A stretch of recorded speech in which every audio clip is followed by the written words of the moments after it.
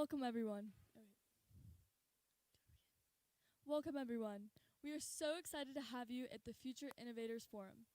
Tonight, we will be discussing AI, blockchain, and Web3 technologies, and what ethical impact they have on us today.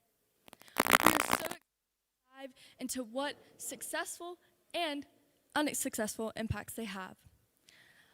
At Rosenberg, we have created the AI Rosenberg Charter. It was amazing. In classrooms, we worked together to create a charter of regulations for AI. Tonight, I will be discussing with our peers here in the crowd, while Maeve Louise will be moderating with our panelists. We are so excited. And yes.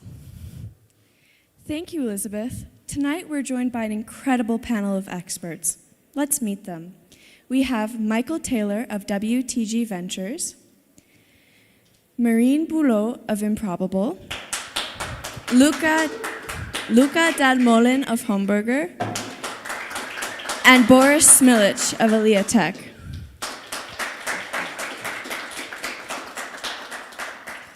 Now, before we begin, let's hear a pre-recorded message from Raphael Gilgan, Trend Scout at Vitra, on his insights as to what AI's impact is going to be on work and society.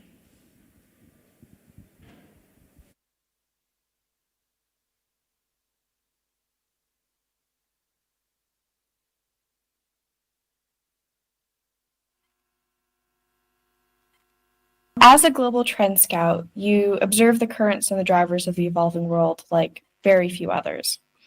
And now that the AI Charter was a year ago, where you were one of the collaborating industry experts that worked with us, we just wanted to touch base with you as we enter early 2025 as to what your biggest insights regarding the impact of artificial intelligence and generative AI on work and people's lives are. Okay, I think the most interesting thing or insight is that we have to understand artificial intelligence or generative AI is the first time in mankind that we have augmented tools. The old tools of work, there was passive tools.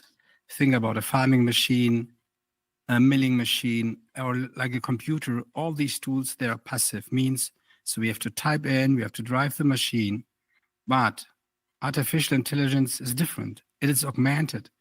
Whatever you do, whatever you address, behind the interface, some magic things are happened. And I think until now, we have no clear idea, or maybe we underestimate the opportunities and the power in one way, but also what it means for ourselves to have a few concerns, to keep that in mind, dealing with that. This is one thing. The other is always with technologies, we as humans, we are always good in inventing tools or inventing technologies. But what we don't do is we really think or overcome all these consequences, how a technology is changing society. Think about fire. Fire was a good idea for sure, but with fire you can burn down cities. Think about social networks. Social networks was for sure the internet a good idea to bring people together from all over the world. But now we see what happens with this polarization, what's going on. And the same is now with artificial intelligence. And what I recommend always is, if it is out of a company perspective, out of a personal perspective, an NGO or government, you really have to think the long-term consequences of any activity you do. And I think the last thing is, and that is quite out of a technology perspective. So if you look now how fast new foundation models increase, and they overcome language barriers. So that means we have a totally shift now in technology, how they are used and operated. And these new large language models, they push the boundaries of software and programming, and even in the terms of a productivity tool. So we are now coming close that agents, AI agents, are part of our life. And here is a point how important it is for us as society to train data and technology literacy.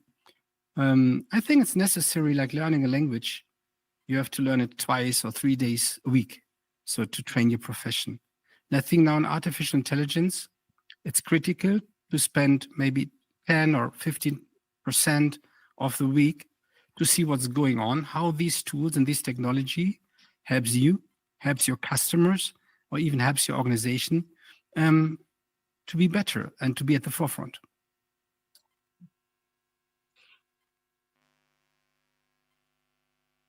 Raphael's insights provide an excellent foundation for tonight's dialogue. Now, let's dive in. I'll guide the conversation on stage, and Elizabeth will coordinate with our peers in the audience for them to pose their questions to our panelists. Who has the first question they would like to ask? Okay. What is your name? My name is Aldo Flores, and I'm a student at Institut auf dem Rosenberg. So, Michael Taylor, I have a question for you. For me, it's evident that Web3 has some huge potential, but it's often overshadowed by things such as scams that occur there. My question is, how can we ensure to create some meaningful potential through Web3 technologies? And how can we as a society ensure that it works well while minimizing the risk of scams and such things? Great question. So yeah, I think most of us in the room are probably familiar with scams, scandals, rug pulls, the things that come with crypto. And the question is, how can we make the highest and best use of Web3 and blockchain technology? I think the first thing we need to do is separate crypto from Web3 from blockchain. So we can ask each of those things to do what we need them to do to make a better world, a better society. So does everyone know what the kind of differences are? Everyone's heard of crypto, everyone's heard of blockchain, everyone's heard of Web3. So for me, crypto is the, it's the native currency of a blockchain network, but it's also any sort of token or like kind of tradable digital asset, right? And crypto is really good at 3 things. It's good at gambling, casino type activities, speculative activities, meme coins, things like this. It's good at yield accrual, if you're like supporting the verification of a network or validating a network. And it's good at stablecoin payments. So that's what that does. We don't need to ask too much more of it.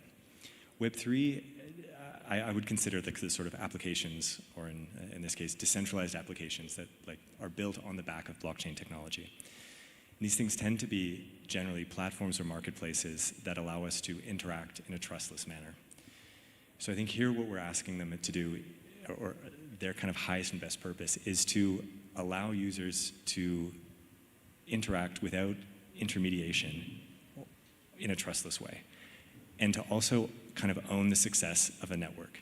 So we can kind of disrupt corporate platforms in a really meaningful way through decentralized applications in Web3. And I don't know what everyone's politic is, but I think that's a meaningful thing, to be able to kind of own our own platforms and participate in their success. But most fundamentally, if we think about blockchain, at like distributed ledger technology, blockchain networks, blockchain as infrastructure, I think again, you see this, you see the questions kind of leading in a lot of politics. Like you see like people hoarding Bitcoin like it's gold. They're really fatalist. They think that the world's coming to an end. Or there's a lot of criticism of like centralized governments and a lot of kind of monetarist perspectives on economics.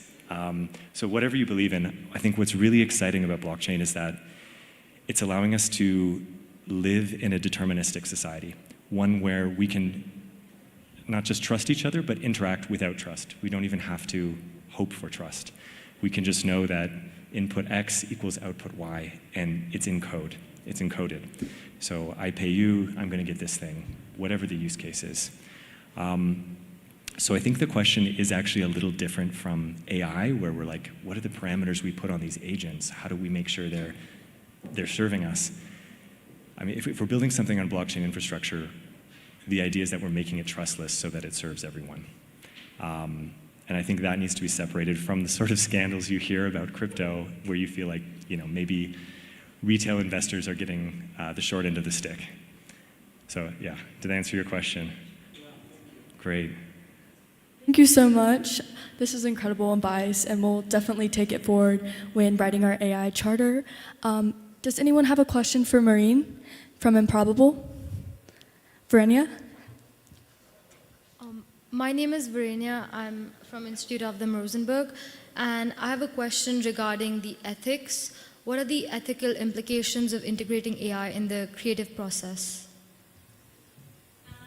It's a complex one, of course. So to start with, so AI intervenes a lot in the creative process, and for very good reasons, and for some others where you can be discussing a bit more its value.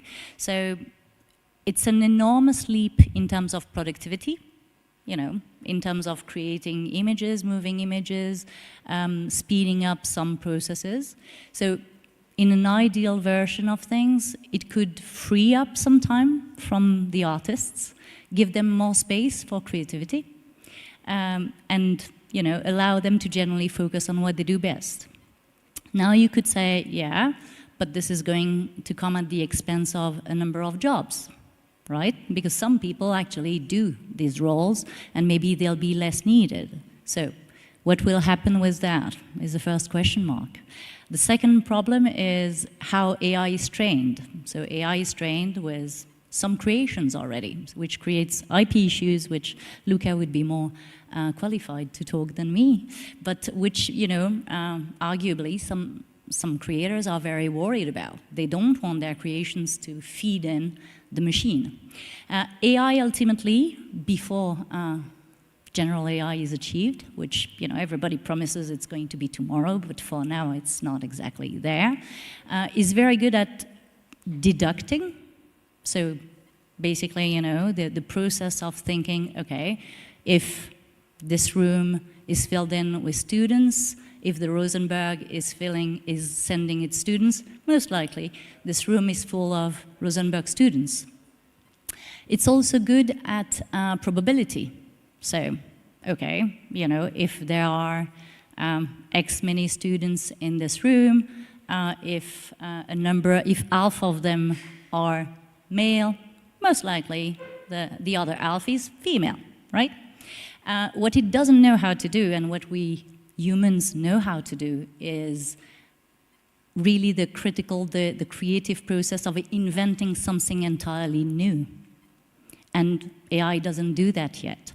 So to come back to your questions on the ethical implications, really, at the end of the day, we need to figure out how AI can support the creative process and creativity without undermining, you know, what makes creations so beautiful, which generally is tied to the ability of creating emotions, I'd say.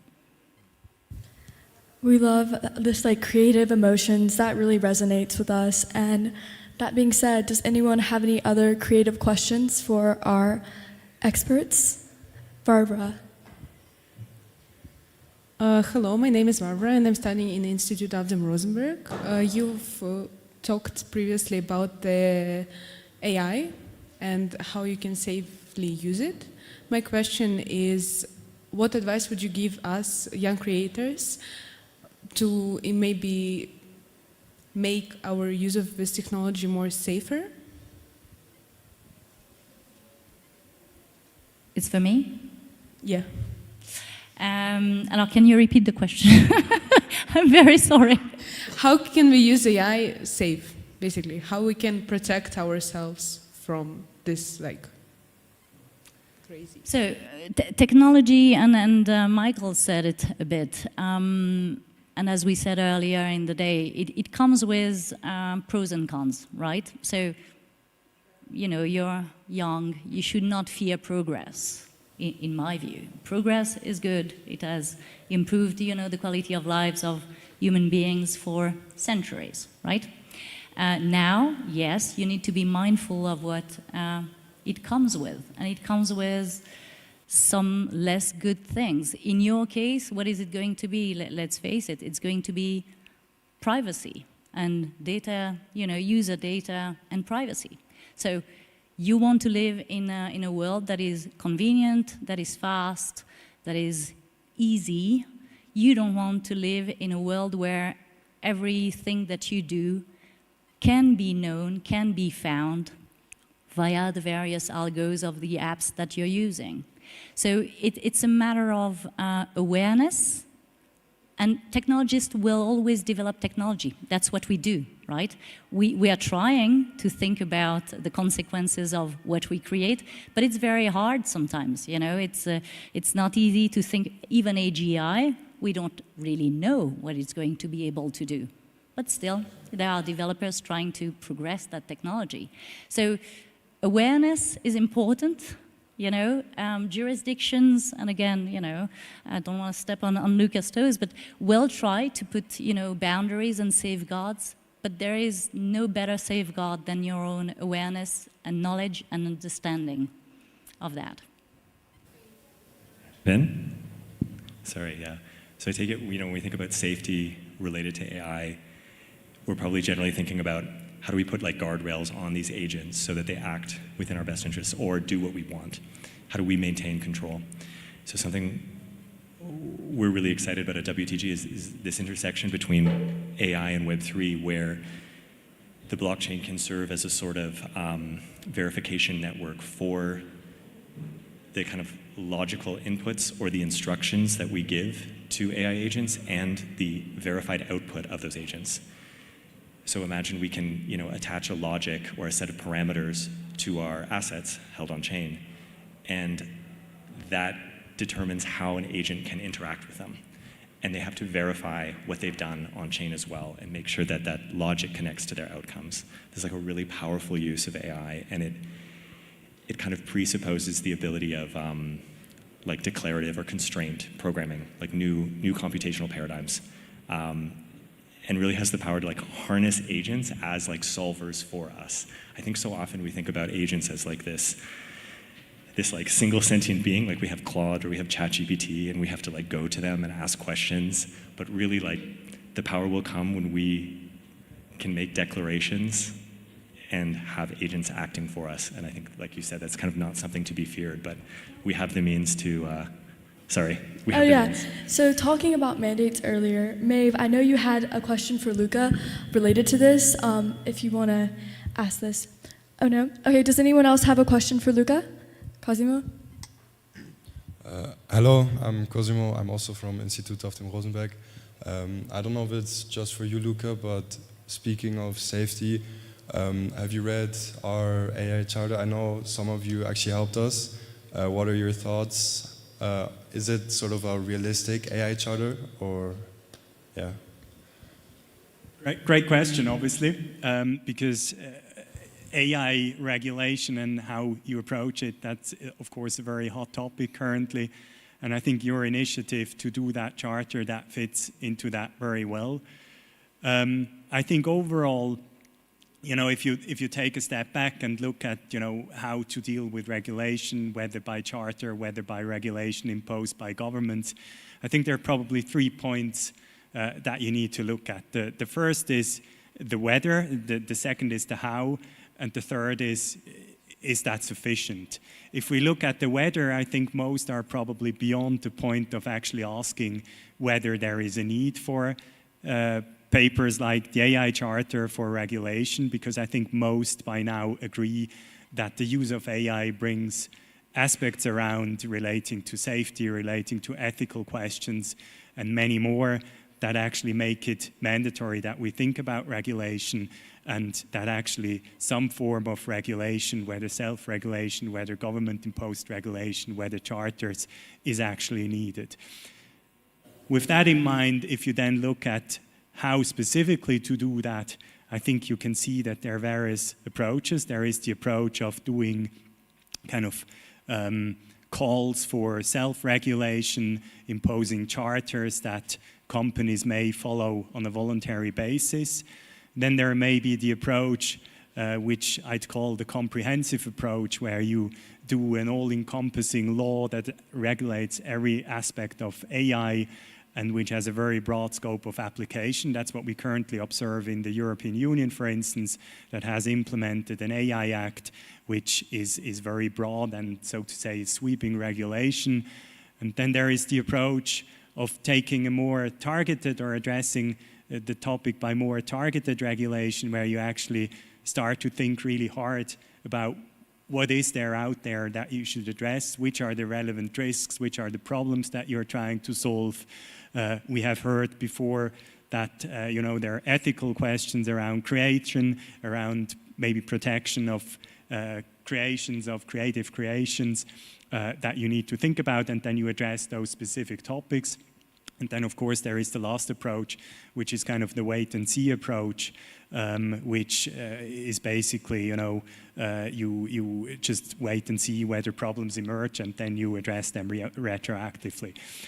From my perspective, I think the most promising approach is probably a combination of various of those. I think on the one hand, self-regulation and private initiatives such as charters are very valuable, because they really come bottom up and they address topics which are relevant for those who actually have to live with the regulation. And the other one I think is reasonably good is the targeted approach, where you actually see what specific problems you need to address, what are the risks that you need to address, and that you then do that.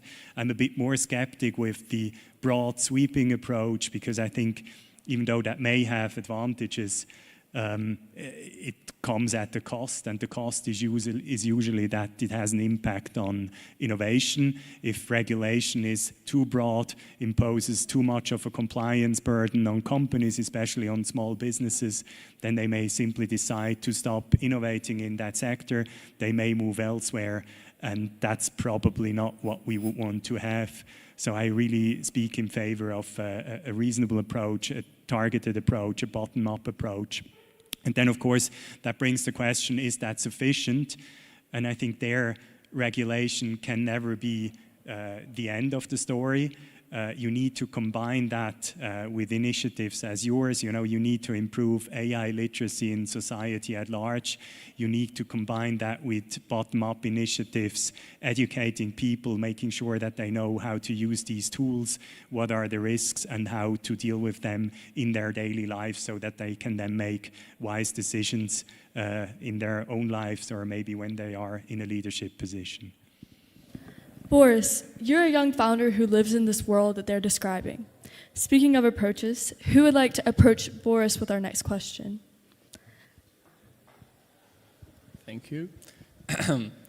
Hello, my name is Ulrich, and I'm also a student at Institut auf dem Rosenberg, and I'm currently in grade 11.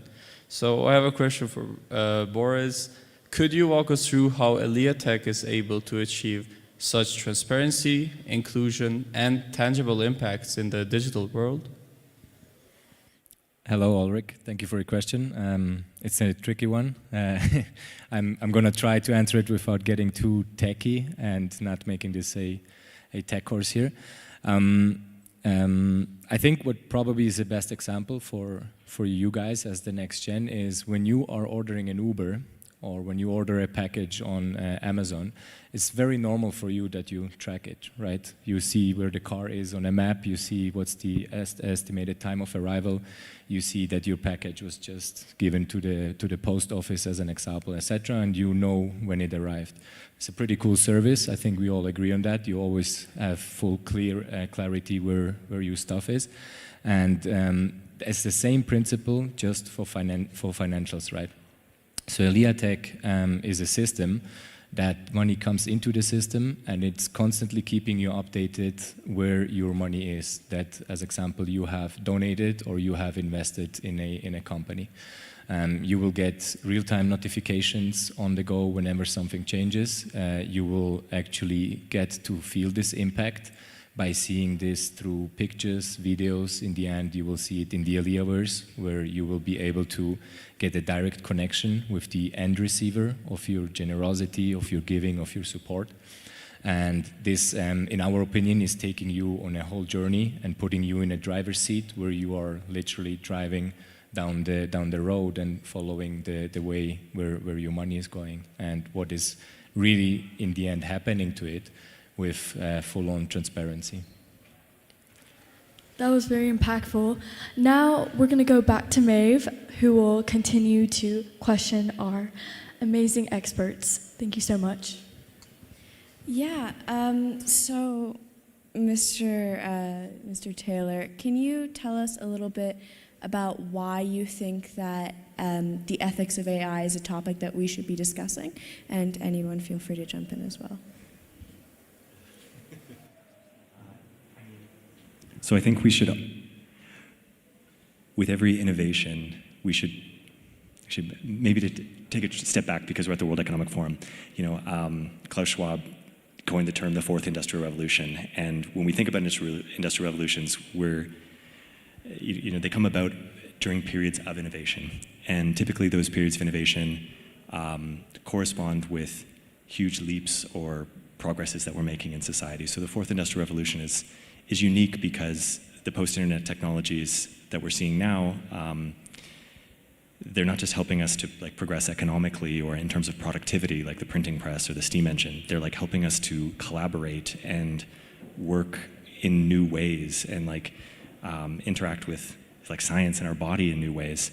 So they always need to be scrutinized. And I think that the conversations around that in previous industrial revolutions were a little bit easier to interrogate, because we're what does the printing press mean? What does the assembly line mean for normal workers? And now people are kind of oh, I'm not an engineer. Should I be questioning blockchain and AI? So I'm really diagonally answering your question here to say that it's important too, but you're asking what, specifically what should our concerns be? Or anything goes. So I guess the impetus is really what do we want to see? You guys are the next generation. What do you want to see in the world? So what are we asking of this technology? It was clearer before. We're speeding up production. We're doing things. We're trying to achieve new things. But are we concerned with climate crisis here, gender equality, economic equality? I think that's a good starting point. What do we need it to do, and then let's put it to use rather than kind of being at its mercy. That's really insightful, thank you. Maureen, could you tell us a little bit about what makes Improbable different and important for us to learn about? But before I tell you that, I think at the end of the day, we live in a world there is a lot of uncertainty. But you need to live your youth and your life with confidence. Because at the end of the day, you guys and girls are going to make it, right? So life should not be either something, yes, there are risks, it's true, and life can be scary. You should enjoy it. I mean, first and foremost, right? So park that. So Improbable. Improbable has been developing virtual worlds for the past decade, right? So the founders were heavy gamers, came out of university, wanted to build more expansive, richer, more interesting worlds. So you could argue, and it relates to some of our discussions earlier today, they were not probably the most social person, and they still wanted to enjoy themselves, have good experiences. So for that, they wanted to have a crowd. They wanted to be able to interact with each other in real time, not be, constrained by a game. This led, fast forward 10 years, that means you basically have a technology that is helping to develop the infrastructure of the metaverse. So the metaverse is still a very big promise, because who doesn't want to go wander into creative, imaginary worlds, do interesting things, interact with whoever on the other side of the globe, etc. For now, we have proto-metaverses, we have places which are still closed. And there are arguments to say closed means safer, right? Because more controls, etc. But at the end of the day, and to my neighbor, these worlds should be decentralized. They should be something you can trust. They should be something where you can go wander from one world to the other seamlessly and freely. So that's what we've tried to do at Improbable. Thank you so much for sharing. Luca, could you outline for us some of the difficulties that we currently have in regulating AI and Web3 technology? Yeah, I mean, I've already spoken to that a little bit. I think the first important point to consider is, what do you actually want to address? And, tying a little bit to what Maureen has just said, sometimes when I see all these efforts, I think that regulators sort of follow a zero risk approach. They want to address each and every potential problem that may at some point be out there. And of course, if you look at AI, that technology may bring about many risky situations. It's more about the specific applications, because AI may have equally merits of very, very good and beneficial applications. If you think of using medical applications, if you think of using science in general.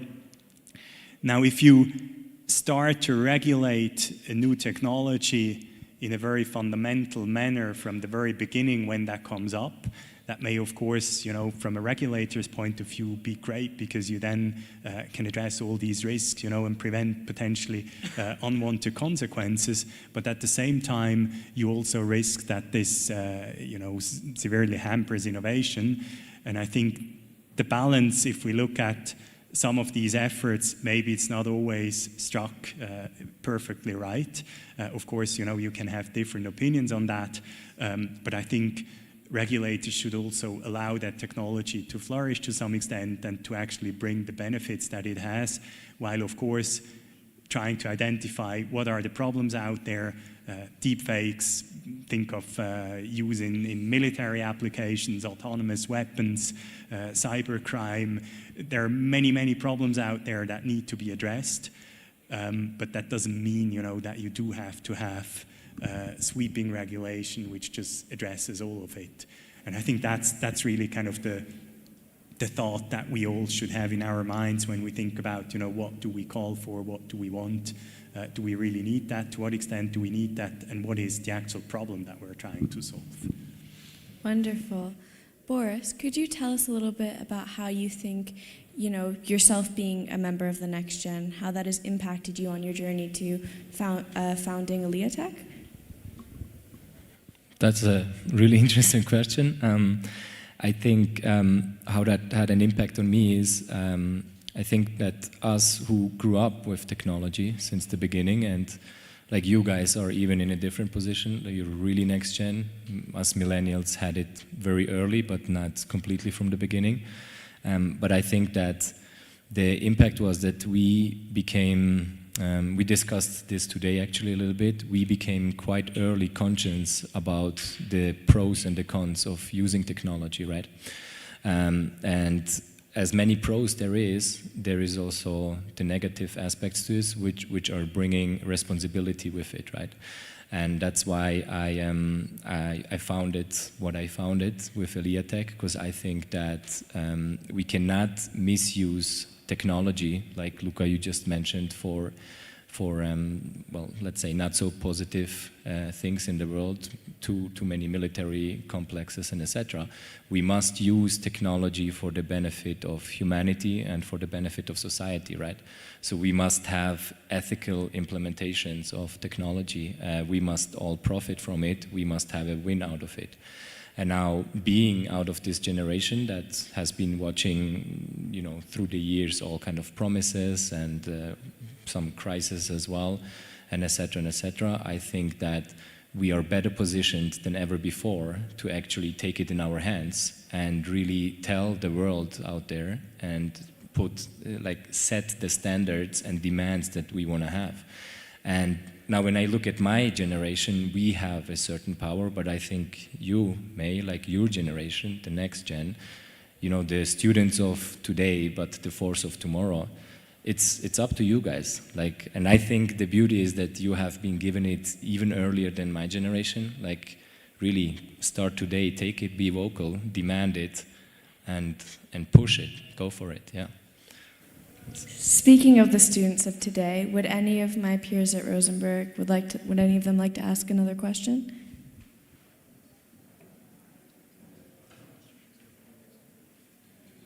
Petra. Hi, my name is Petra, and I'm a student at Institut auf dem Rosenberg. And my question could be to any of you. So how do you envision high schoolers or university students immersing themselves into, for example, startups or AI or just innovations and entrepreneurship? And what do you see it as something helpful, or do you see it maybe as a threat, since we're not as experienced and we're not as conscious as you, perhaps? I'd like to answer your second question and then leave the first one to someone else. I think because I really like your second question about the experience, I think it's the biggest advantage that you have. Because it's like when you're a teenager, right? You're probably doing a little bit more risky things. The reason is because you don't have the experience yet. And startup world, entrepreneurship, and being a founder is very risky. I think we all agree on that, let's be honest here. And you have to take certain risks and not block your mind and your creativity and your thoughts with, oh, if I do this, this is gonna happen. Well, if you do this, this is gonna happen. Something's gonna happen anyway, you know, sometimes good, sometimes bad. So use this, what you have, and take these risks, you know, without thinking about them, because you are maybe unexperienced in certain ways. But then again, going over to your first question, together, ask the ones that are experienced in order to get the experience that you need. Yeah, that's what I would say. And you will make and you will break. And it's perfectly fine. That's how you will learn. Yeah, I think there's a lot of value in a little bit of naivety sometimes, and not realizing that something's impossible, or at least not perceiving something as being impossible, is really meaningful. So just go for it. Thank you so much. This has been very inspirational, and we've learned so much from our experts here. We have maybe one more question from the crowd.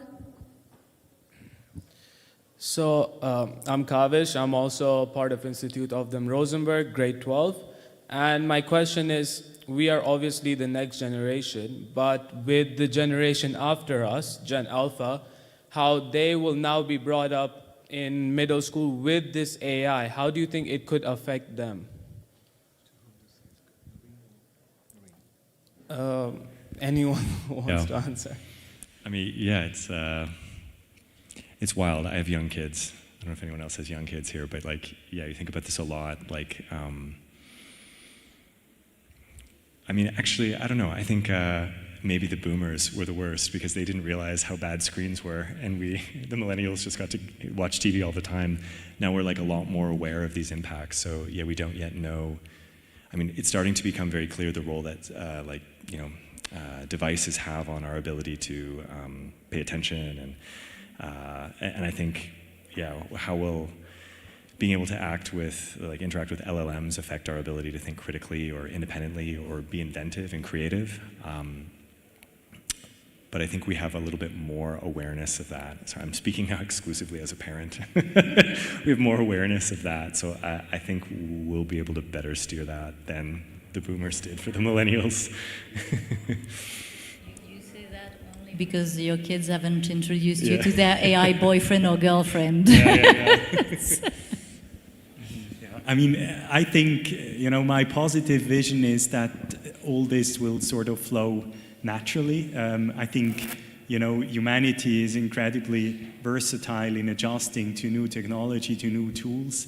So I wouldn't be too concerned, that those who will be sitting here maybe 20 or 30 years down the road, they will still do great and find a way of how to deal with the technology. I think it does need a mature society, and I'd like to echo also a point that you've mentioned before. We all need to know what we're dealing with, and if we know what we're dealing with, we can make conscious choices, and I'm sure you're able to do that. You will be able to do that 10, 20 years down the road, and so will the ones who come after you. I think I wouldn't be too concerned on that. I don't have kids yet, but I would like to add one last point here. I think I'm not too worried about Gen Alpha because Gen Z has obviously prepared a beautiful charter that is, there for them to protect them. So, yeah. Thank you so much. Yeah, this It's been so amazing. Thank you so much to all of our experts. We really value your partnership, and you've helped us so much in so many projects with AI, Charter, with Metaverse, and it's just been truly incredible to hear your words of wisdom. And we really appreciate all of you, so thank you again. Yes, thank you so much, Elizabeth, as well.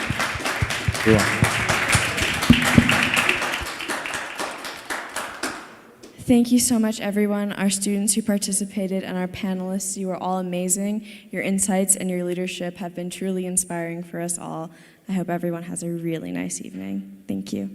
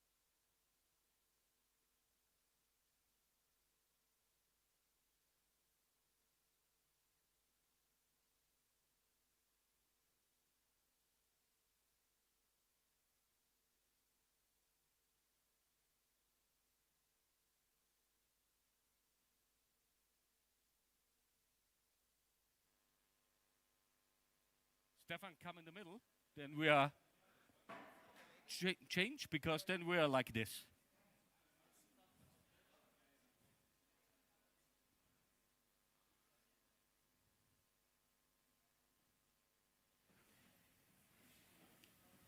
Good. Ladies and gentlemen, I'm super excited and super proud to be here tonight. And the reason why I'm here tonight is I have really crazy friends. Two of those crazy friends are next to me right now. Yeah? A week ago, we didn't know about that event tonight, and now we have probably the best program of the whole week in Davos for the next hour. So, and I want to introduce the two people with me. Stefan Kanalga, I met him, I think, 8 years ago. He ran after me and said, Ralph, I need you as a mentor in my project. And I said, why? And he ran 2 years after me, and then I joined the project. And I'm super proud of what you did. Stefan, please, a quick introduction.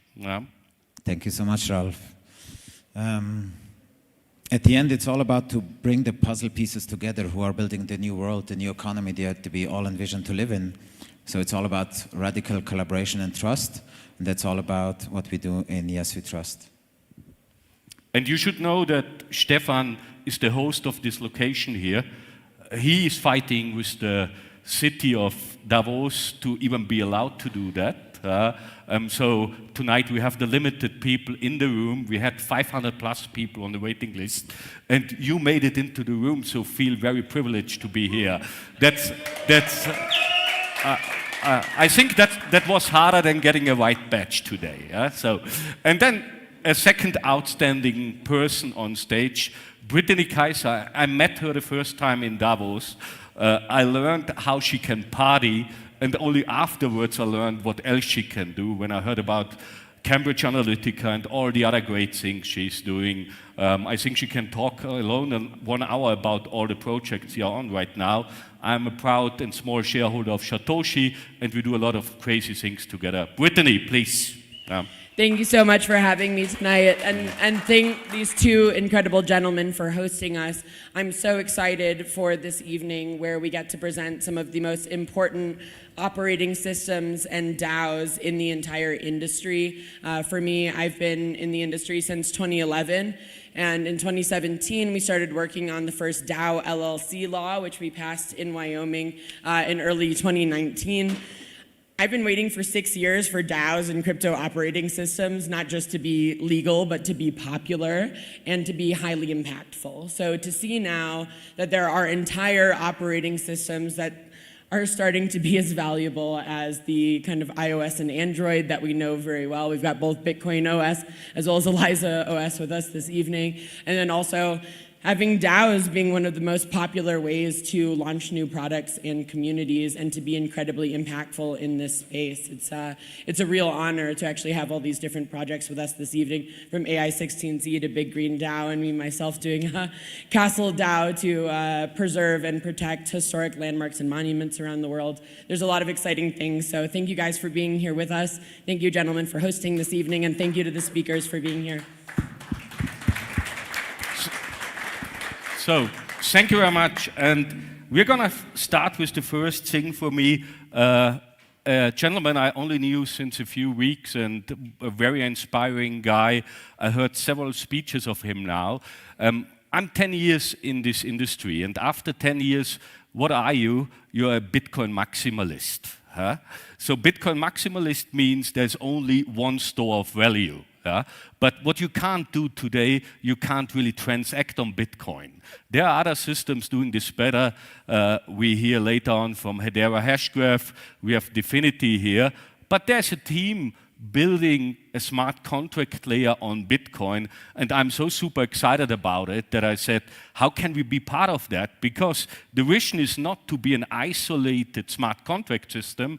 The vision is to integrate Bitcoin into all the other layer ones, and this is super exciting. So, Iago, please join me on stage.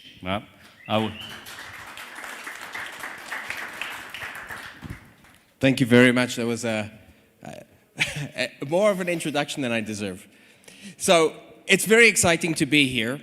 One of the things that we've seen is we're 16 years in, and here we are at Davos, which I think is the, home planet of the conventional, accepted institutions, right?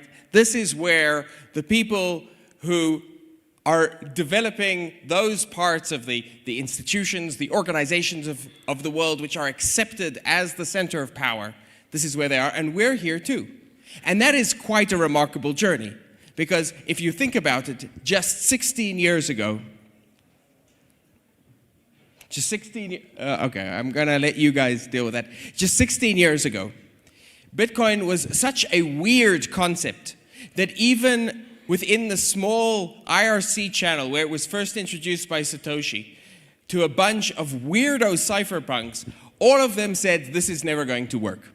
And so within 16 years, we've gone from this idea that even the weirdos didn't think would work to the first asset class, the first new asset class of the digital age, an asset which is worth more than $2 trillion, is now being integrated into the traditional financial world, is being accepted by governments, corporations, and perhaps most importantly, by people around the world.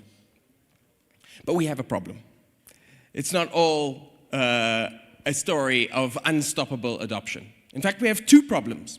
The first problem is that even though Bitcoin is a $2 trillion plus asset, it is for the most part a stranded asset. You can't use it in the way it was designed to be used.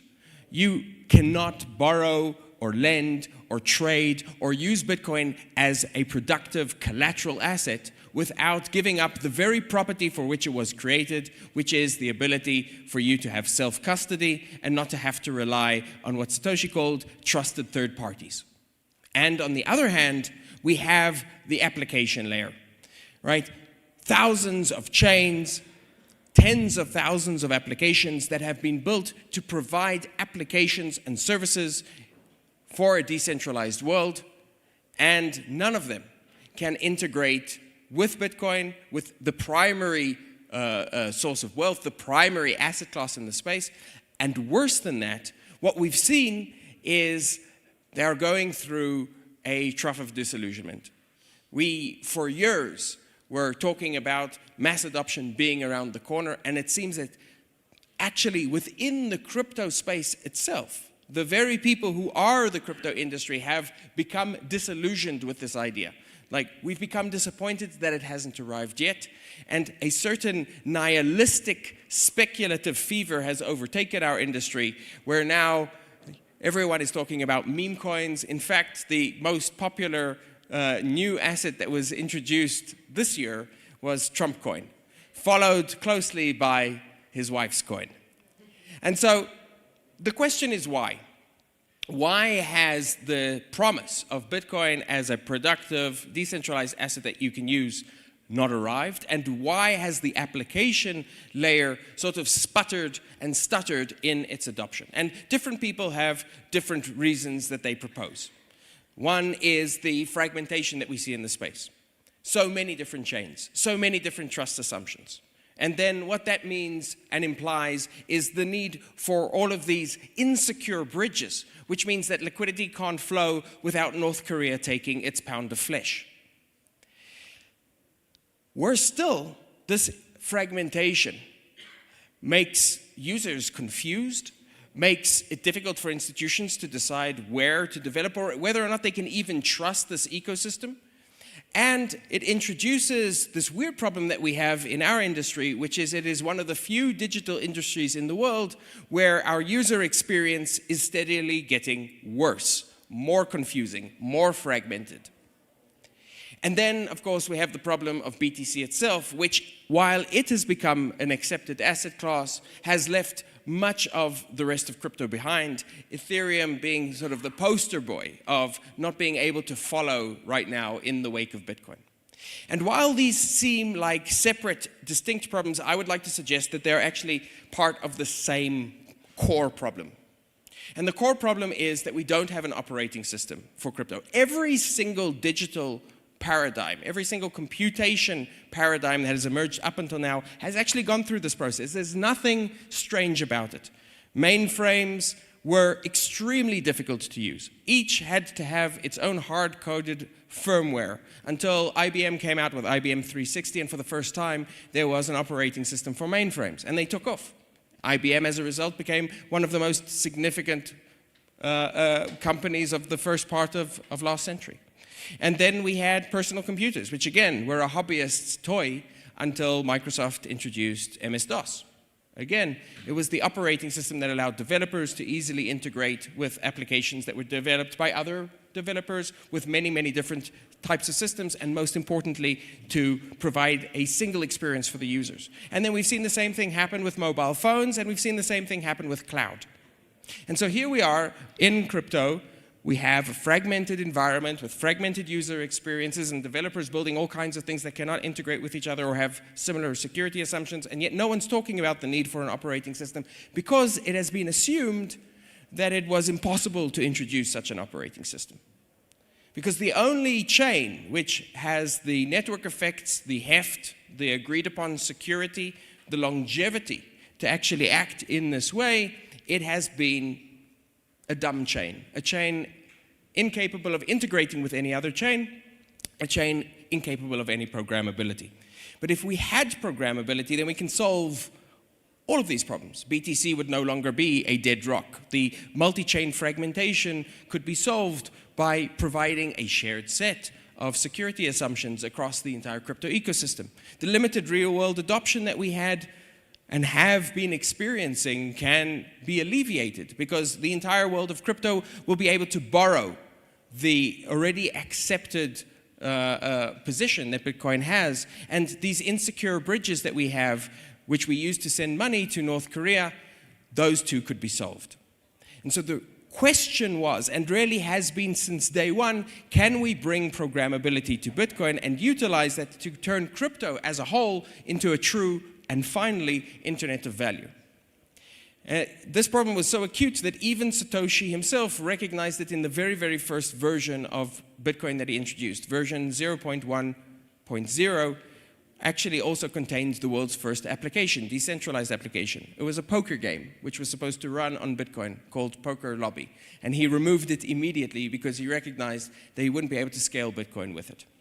So to solve this problem, there have been many attempts, and I've been part of a large number of these attempts. There's been colored coins, and there's been Omni system, and there's been Counterparty, and there were huge hopes hung on Lightning Network, etc., etc. But all of these ultimately failed because they didn't actually provide additional programmability to Bitcoin.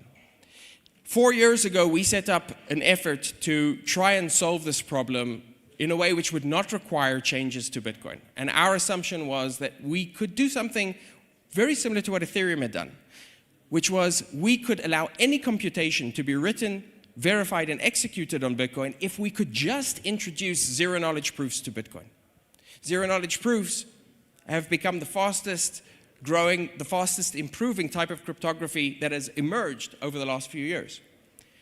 But it was expected that without a change to Bitcoin, it would prove to be impossible to introduce zero-knowledge proofs.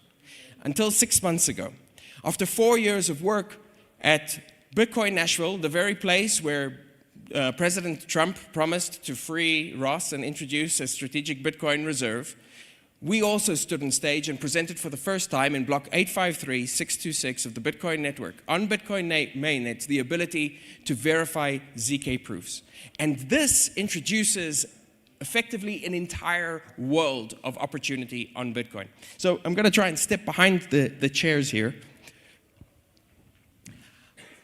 When we talk about an operating system, what we're doing now is building that on top of our initial breakthrough, which was the ability to verify ZK on Bitcoin.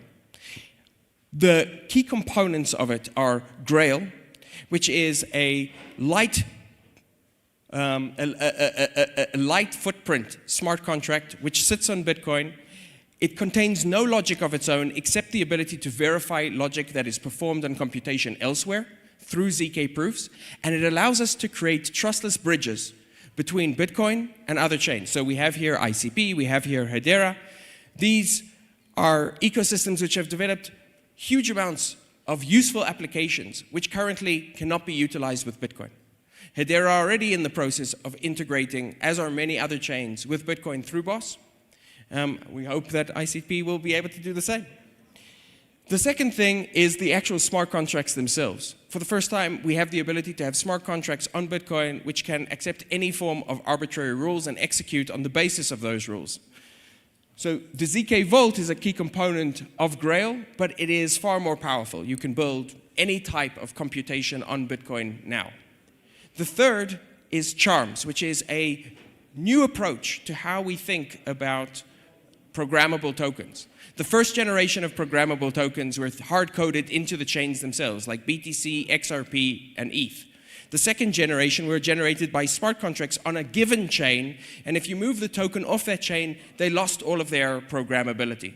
Charms are the first third generation type of token, which can exist on any chain, can be secured by Bitcoin, and as they move from chain to chain, they maintain the smart contract logic with them, carrying it on their backs like a sort of multi-dimensional snail moving from one chain to another. And finally, we have Merkle Mesh, which is a system designed to provide integrity, composability, and interoperability between the many chains. So here today, we're talking about, we could talk about three different kinds of systems, right? We've got Bitcoin, we've got other chains like Hedera and ICP, and we have AI applications like Eliza OS. As of now, all four of these systems are islands, not operating with each other. Eliza OS operates in Solana. Hedera provides institutions with computation on their chain. ICP provides their take on smart contracts with an extremely fast, decentralized sort of internet. But none of them work together. The only chain which can represent a true hub, because it is the only chain that does not compete with any of the others, right? This the sort of PvP ecosystem that exists outside of Bitcoin. It does not compete with these different chains. It has the network effect, the heft, and the asset base to provide an anchor. And most importantly, it has the user base, the trust, and the security. And so that's a beautiful vision, but how do you get it adopted, right? Great technologies have come to Bitcoin before and have failed the test of adoption. And so today, I'm going to reveal to you our secret master plan for making sure that this becomes more than just a great idea. What we need to have is a strong motivator, because it is by these different chains and systems integrating into Bitcoin that they integrate also with each other, and they can provide the basis for a cross-chain operating system. It turns out that we have a killer application, and this killer application is Bitcoin bridging.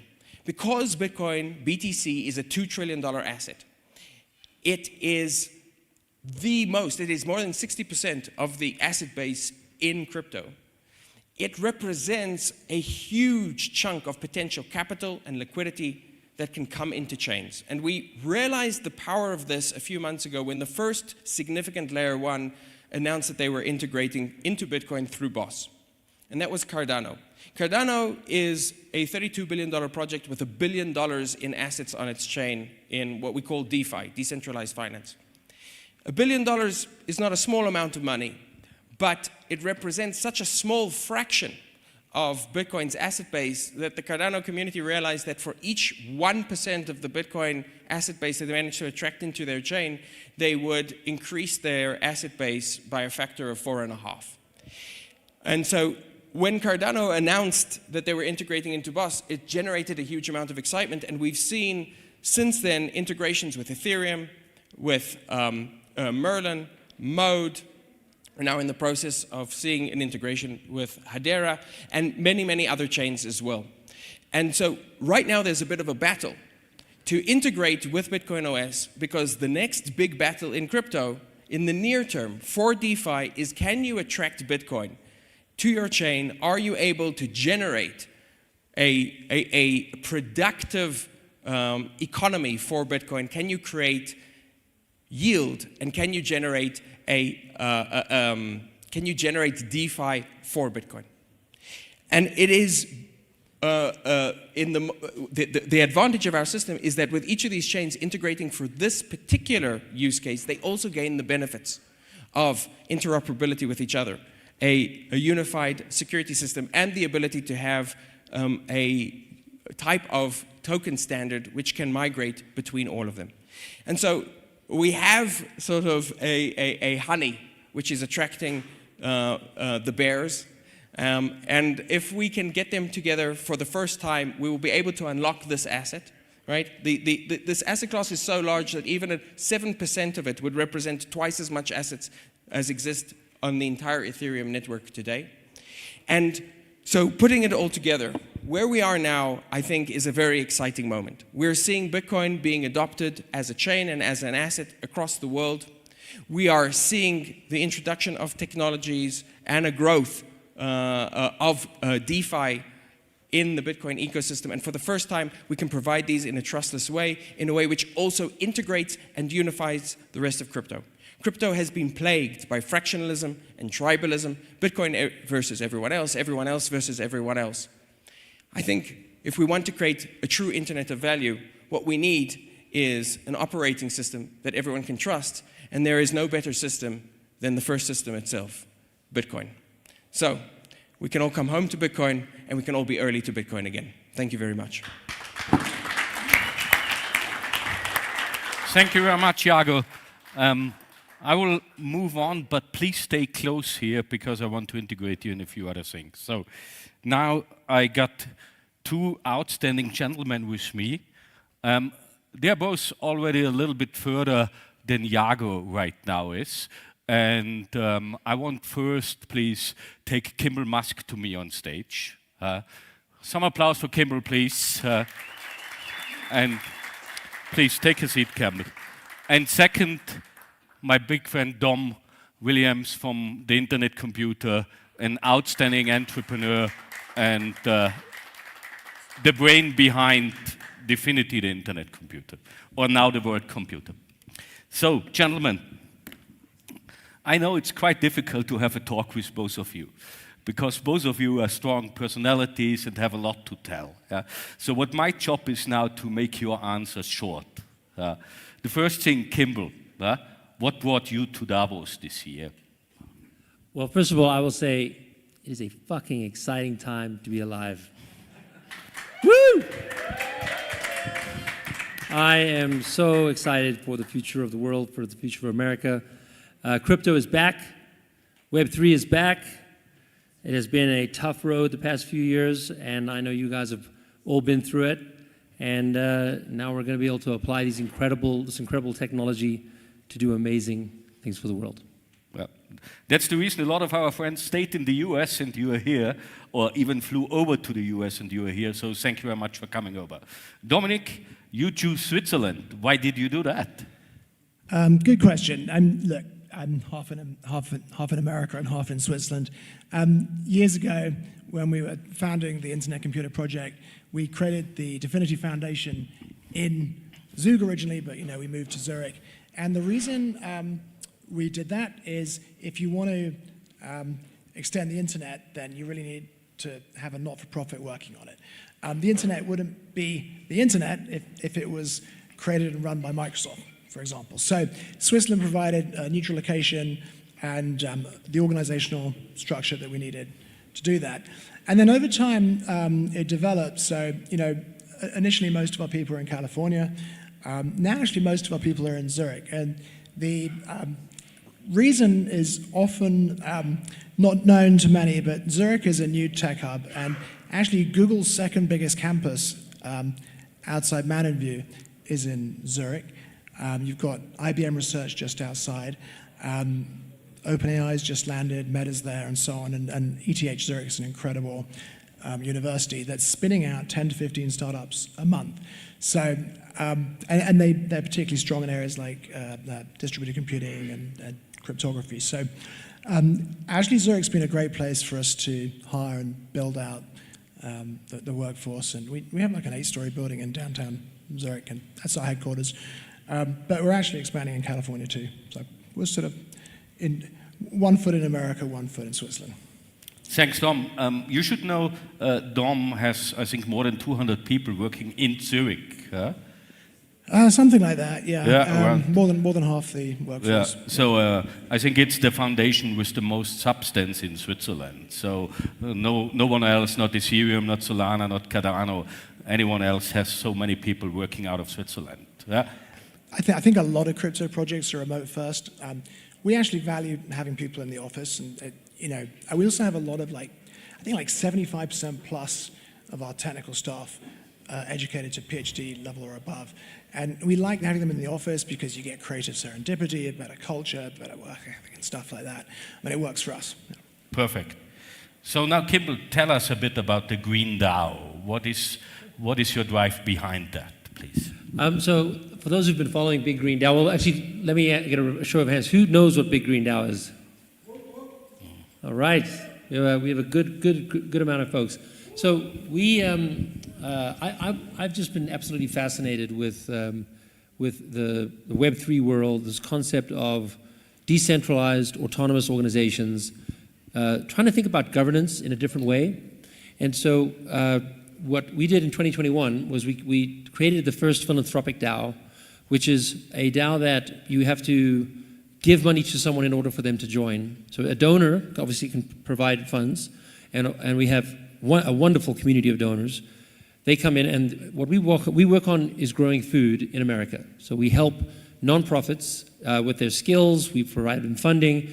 We build this incredible community of nonprofits, and they all work towards helping Americans grow food, because growing food changes their lives. It gets them access to food that they can grow. It improves their nutrition security. It gets them outside. Their mental health improves. They get out into nature. It opens their eyes to the weather volatility created by climate change. Growing food changes people's lives. And we had been doing it, but prior to that, from what I'll be quite honest, was an ivory tower. I live in beautiful Boulder, Colorado. We were providing funding to schools around the country. We had 65 people working. We were building 100 school gardens a year, beautiful outdoor classrooms, really a beautiful product, don't get me wrong. But when we decided to change the thinking and adopt Web3's philosophy of decentralized autonomous organizations, I said to myself, how could we take this incredible philosophy and apply it to philanthropy in a way that no one could abuse it? As there were always bad actors. And so I had wonderful people help me. Brittany is here, she helped. Many, maybe other, I can see quite very well, many of you might have been helping us form it. So we created on the Ethereum blockchain. Anyone who donates gets a vote. And we found 6 nonprofits to start it off. They have the keys, and they're the committee. They receive $50,000 each, and then they're in service to figure out who else should receive funding in growing food in America. And they grew that to 16 members of the DAO. And the voting power is also profoundly interesting. Instead of a vote, one vote counts one, we learned about this concept of quadratic voting. And the way it works is when you go from 6 votes to six members to 16, it's very easy for you to think to yourself as a member, oh, I'm going to pick my friend who's very good at growing food. I'm just going to support them, and that'll be my vote. But with quadratic voting, actually what happens is you get 100 seeds, and you make a vote for a nonprofit that you care about. But the seed counts as 1. But if you put a second seed in, it counts as 1/10. And if you put a third seed in, it counts 1/100th, and so forth. And as a result, you have to lobby and get to know the other members of the DAO to get them to vote, put a seed in to the nonprofit that you care about. And so what it results is this quadratic voting. Of course, it results in good outcomes for who should receive funding. But the superpower is the community that starts to form. Because now everyone has to get to know each other to say, I have this nonprofit that I think could really do good things in Atlanta or in Miami or in Seattle. I need to get to know the other members of the DAO, so they would put a seed in and they will support this nonprofit. And as a result, this community has now grown. We grew from 16 then to 35 to 60 to 80. We got to a place where we're like, are we done? Is there no more nonprofits to support? And we learned that the grassroots nonprofits started to hear about us. And if you're a grassroots nonprofit, you might be earning $45,000 a year. You're working in your community. These are the people where if we can make a donation of $10,000, $25,000, $50,000, it is life-changing for this nonprofit to change, for their impact that they can make.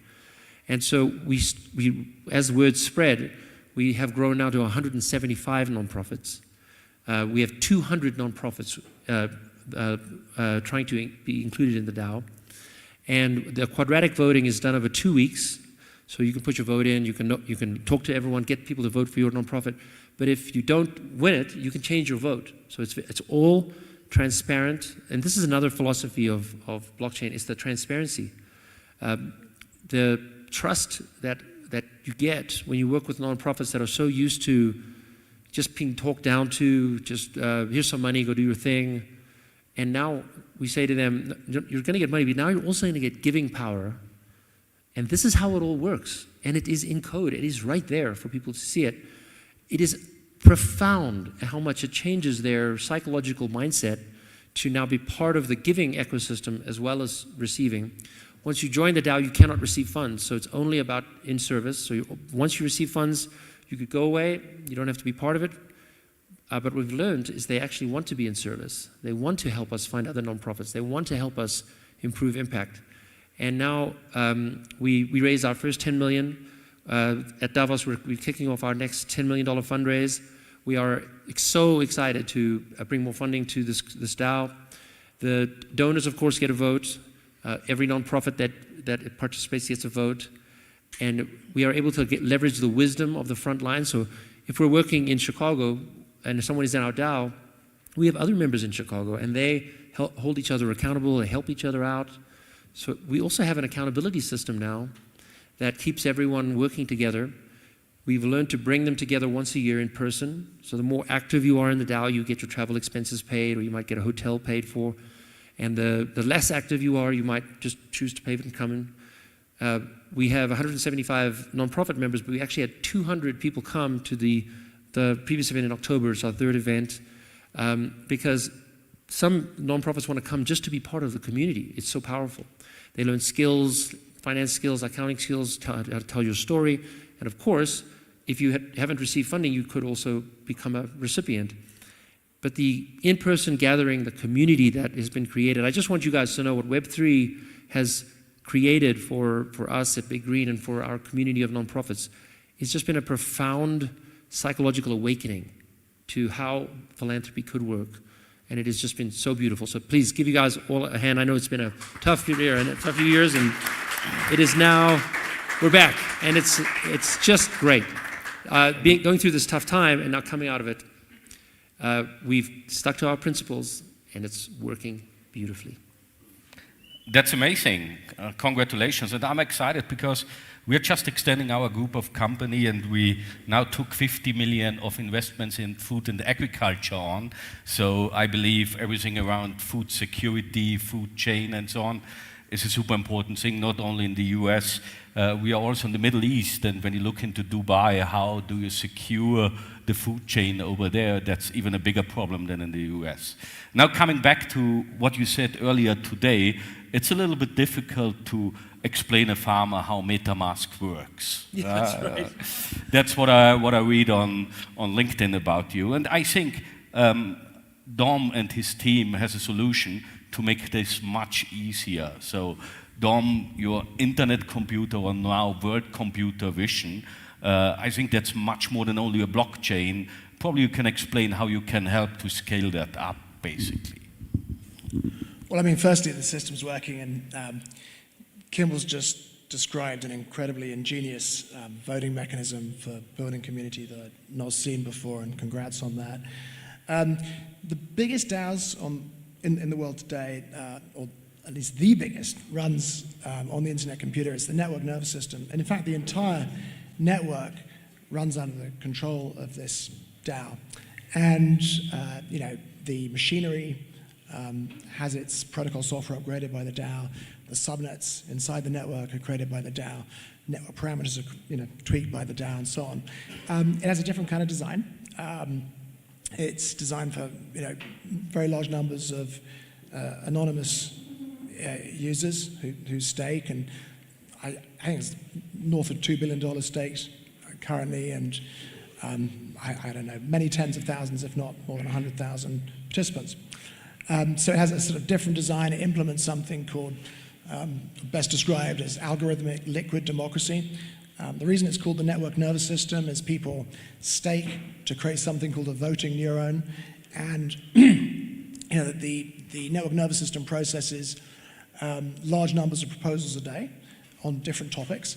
And if you don't want to be evaluating them all yourself and manually voting, you can configure your neuron to follow other neurons on different topics and create quorums and so on.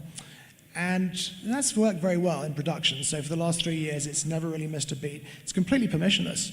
So in principle, somebody could submit a proposal that would install software on these node machines that would sort of self-destruct the network. But such is the design of the governance, it never adopts stupid proposals.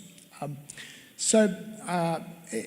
of the aspects of the internet computer that makes this possible is that it's very efficient and can run compute at scale. Actually, the network nervous system is quite compute intensive. I think the question you asked related to user experience. So traditional crypto involves wallets that are typically browser extensions or apps. And every single transaction is manually configured. So for example, if I'm going to vote in Kimbal's DAO, I'll go to MetaMask and I'll craft a transaction, including a gas fee, which pays for the computation, and submit it. And that's been the prevailing way of doing things for many years in crypto. The internet computer really re-architected blockchain in a number of ways to achieve, or in pursuit of world computer aims. And one of the changes was something called reverse gas. So on the one hand, network code, which is an evolution of smart contracts on the internet computer, processes HTTP. So it can directly serve user experiences into browsers. And on the other, it uses a system of reverse gas. And in the reverse gas paradigm, the software pays for its own computation. So you can think of units of software as being like electric cars. You charge an electric car up, fill its battery with electricity, it drives around and depletes it. And then if you don't charge it up again, it stops working. So software on the internet computer works the same way. You charge it up with something called cycles, which is the equivalent of gas on Ethereum, and it burns through that as it performs computations. And eventually, if it runs out, it'll stop, but you can send it some more and it'll start working again. But the combination of these two things, smart contracts processing HTTP so that users can directly interact with them through browsers, and reverse gas means that you can create sort of seamless user experiences without conventional wallets. And I think that is so great. Trying to teach a wonderful Native American nonprofit leader about is so good at working with schools, so good at working with their kids and teaching their kids how to grow food, to figure out MetaMask is it's exhausting. And thank you for helping solve the user experience, because it is such a great technology, it's such a great architecture. When the user experience is improved, it will unlock so much potential. Oh, for sure, yeah. And we also typically use something called internet identity. It's actually a little known fact, like passkeys are all the rage now on the internet, but the first production passkey system was actually internet identity back in May 21. And what that allows people to do is just authenticate with a fingerprint or Face ID, or a PIN or whatever else they want to use. And it's much more secure than passwords, but also convenient too. So it does change the paradigm, and you can create a wallet, but it's really on the network, and you interact with it through a browser. And Face ID. I mean, absolutely. Oh my God, yeah. It's so obvious. We should do that. Totally, yeah. That's what it does. Yeah, and it gets rid of all the friction, the user friction that we traditionally associate with crypto. I think it's work that you're doing when we talk about DAOs. Obviously, in this room, probably everyone is pretty sophisticated. Most people are not. They want to get on with their life. They go to the dentist. They drop their kids off at school. They obviously love the technology that they use on the web or elsewhere on their phone. They want to be able to access this kind of technology. So what you're talking about is exactly the kind of thing that is needed in the space. Yeah, the other one is cost, actually. So, I mean, if you're working with big donors, they don't mind paying $20 to post a transaction, but they might mind the waste of time involved with like crafting the transaction in the wallet. But if you want small donors to contribute, and there are a lot of potential small donors in the world for something like this, you really need like the underlying network to run incredibly efficiently, so that they don't have to pay anything to contribute. The other one worth mentioning is multi-chain capabilities. So the Internet computer supports something called chain key. And chain key allows the Internet computer to create transactions and accounts on traditional blockchains without having a private key. The reason it's called chain key is the blockchain itself acts as the key. And that means you can create a DAO that can receive, for example, donations in any cryptocurrency without it going through a bridge. Again, fully trustless. You can just say to someone, Solana, for example, here's an address, send your Solana here. But in actual fact, that address is controlled by the logic running on the Internet computer via some clever mathematics in the network. So again, you get rid of yet more friction because bridges are cumbersome and difficult to use. And I mean, anytime you provide friction, or there is friction, you could have someone with the best intentions, and they just run out of time in the day, or they just get frustrated. And how much that unlocks to just people being able to do, this feels good, I want to donate to something, and you could just do it. Absolutely. I mean, I think, before I pivoted full-time into crypto in 2013, my previous venture was an MMO game for kids. And actually, I think all entrepreneurs should create a game at least once, because it's such a competitive field. You have to absolutely obsess on funnels and removing friction from the funnels. And I think that was one of the driving forces in the re-architecting of the Internet computer. Let's create a network where the mechanics of transactions and things like that are completely hidden from the user, and they don't have to waste any time. They can just authenticate with their face or something like that. You should be thinking about every time they leave, like when you're creating a game, every step that you create is an opportunity for them to leave. Absolutely. And so, but for some reason we don't apply it to many of the other things we do in life. And so to hear that you're applying it to Web3, it's exactly the solution. Everyone should be thinking along this way. Remove the steps, because every step is an opportunity for someone to walk away. Yeah, and it's actually almost exponential. Like every additional step, like you're losing twice the number you did on the previous step. It's incredible.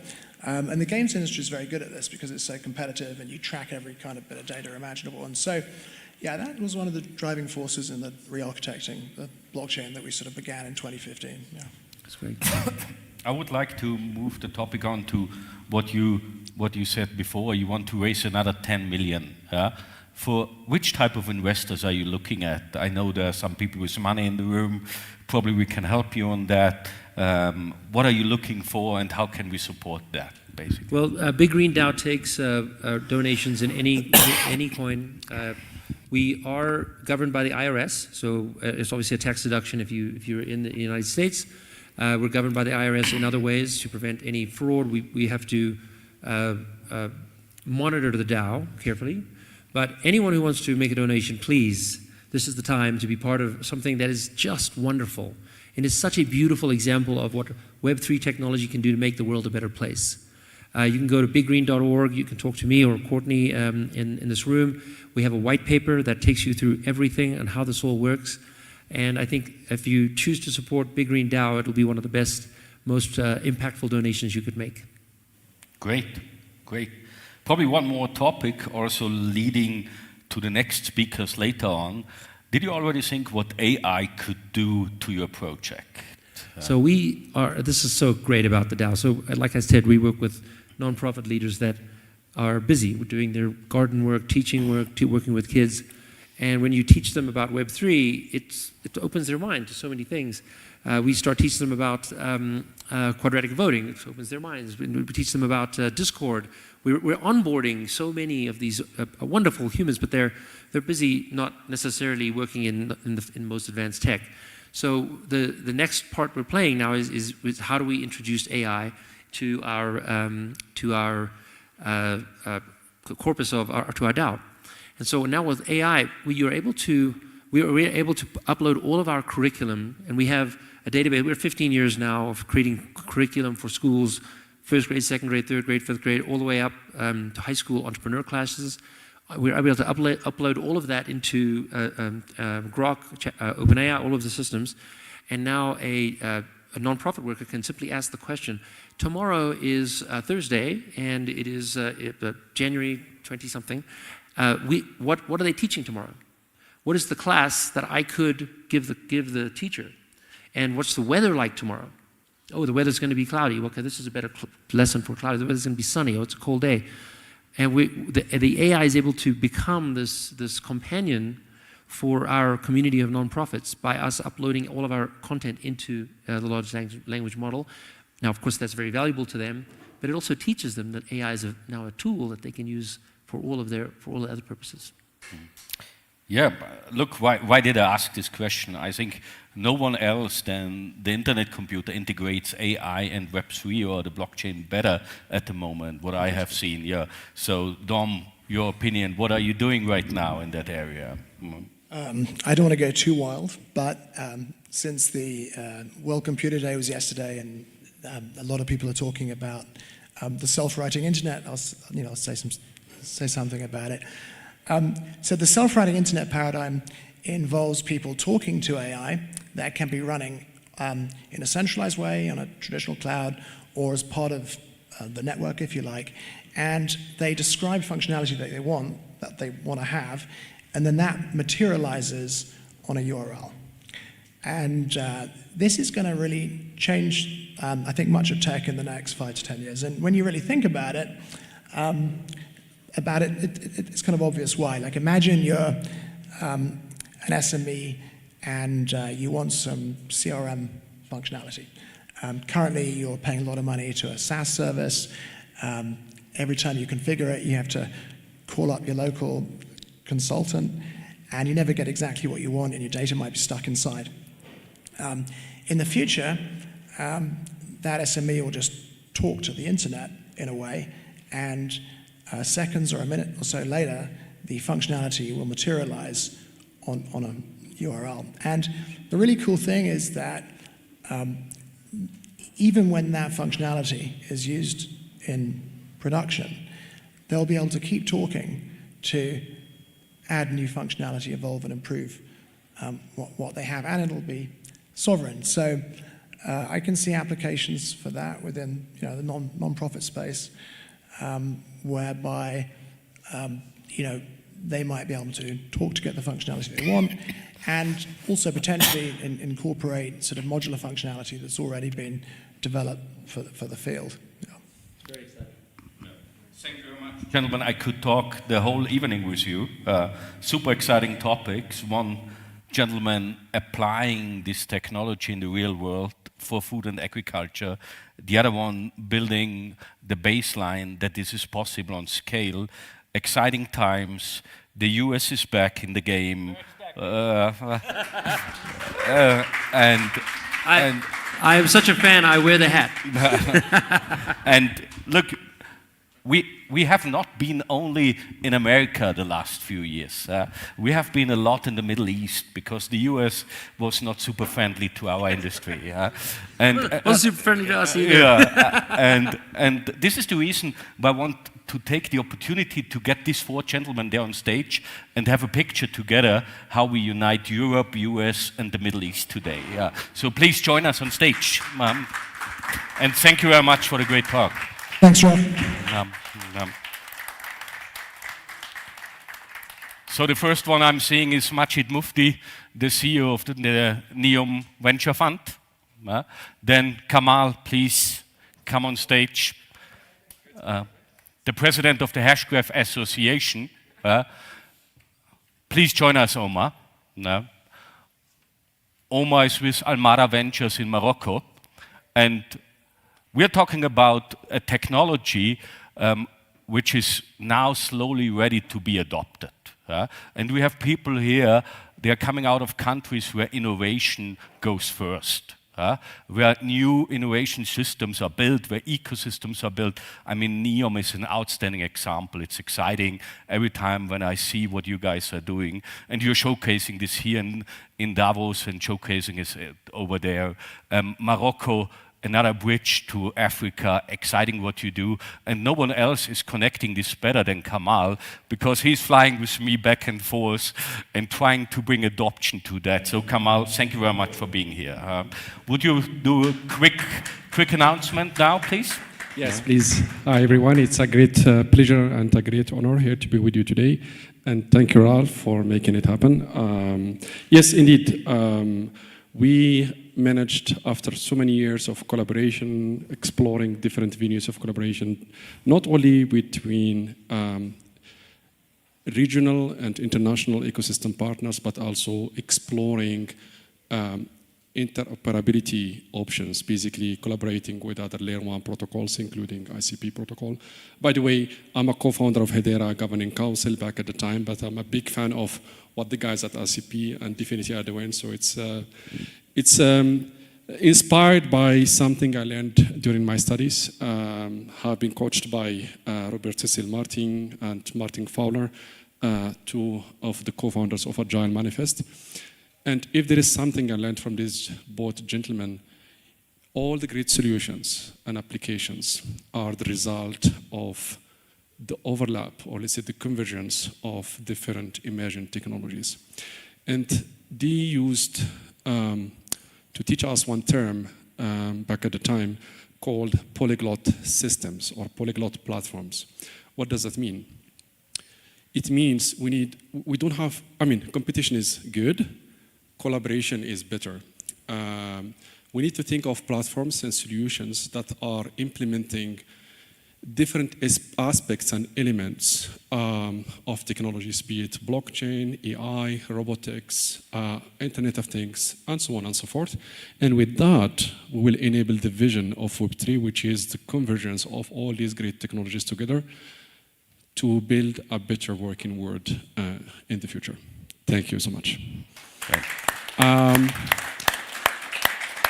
Yes, maybe just to make one announcement, indeed, we are partnering with Almeda Ventures, which is the venture arm of Almeda Holding, one of the leading conglomerates in Africa, investing in Web3 projects with major focus on 3 verticals: sustainability, on-chain finance and DeFi, and last but not least is consumer engagement. But at the same time, we finally found 3 use cases where we are going to collaborate with our partners at Dfinity. And I believe that combination is going to be unbeatable. What does that mean? Hedera Hashgraph brings the sustainability aspect when it comes to energy consumption, when it comes to a lower carbon footprints. At the same time, we bring another aspect which is needed for institutional adoption, which is governance, combined with the great and the powerful smart contract structure that the guys at ICP managed to develop over the last few years, including powerful EI components that have been developed recently by the great team. And it's no wonder, since they are PhD students out of University of Zurich. So I'm not surprised at all. It's the same university where Albert Einstein has graduated. So very well selected, Dom. Great. Thank you very much. So I will say thank you to Kimbal. See you later this week. And Dom, and please the other gentlemen sit down to the next discussion. Picture is already done, I think. Yeah? Majid and Omar, would you like to change the seats? Then we are perfect in line. So we are going to start with the introduction of Majid, because he came as a visitor and landed on stage. So thank you for the flexibility to come on. Great to see you again in Switzerland, at least one time a year. Tell us a little bit about what you are doing, Majid, please. Yeah. Ralph, thank you so much for having me and for the impromptu. It's a pleasure to be here. I don't know how much people know about NEOM, but essentially it's this new region up in the northwest of Saudi Arabia that is meant to be a new urban development of the future. What would be exciting about that is that we have the blank canvas, and that blank canvas gives us the opportunity to really set what a future financial services world looks like.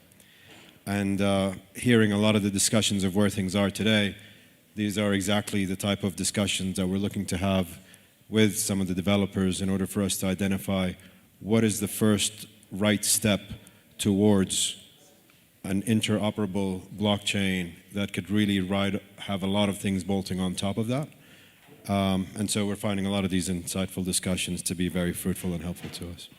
Great. Thank you very much. Omar, it's my pleasure to meet you tonight the first time. Would you please introduce yourself? Of course. Thank you, Ralph, for having me over. It's an honor to be here. Very excited to attend Davos for the first time. Thank you, Kimbal, for bringing me on board and introducing me to so many incredible people.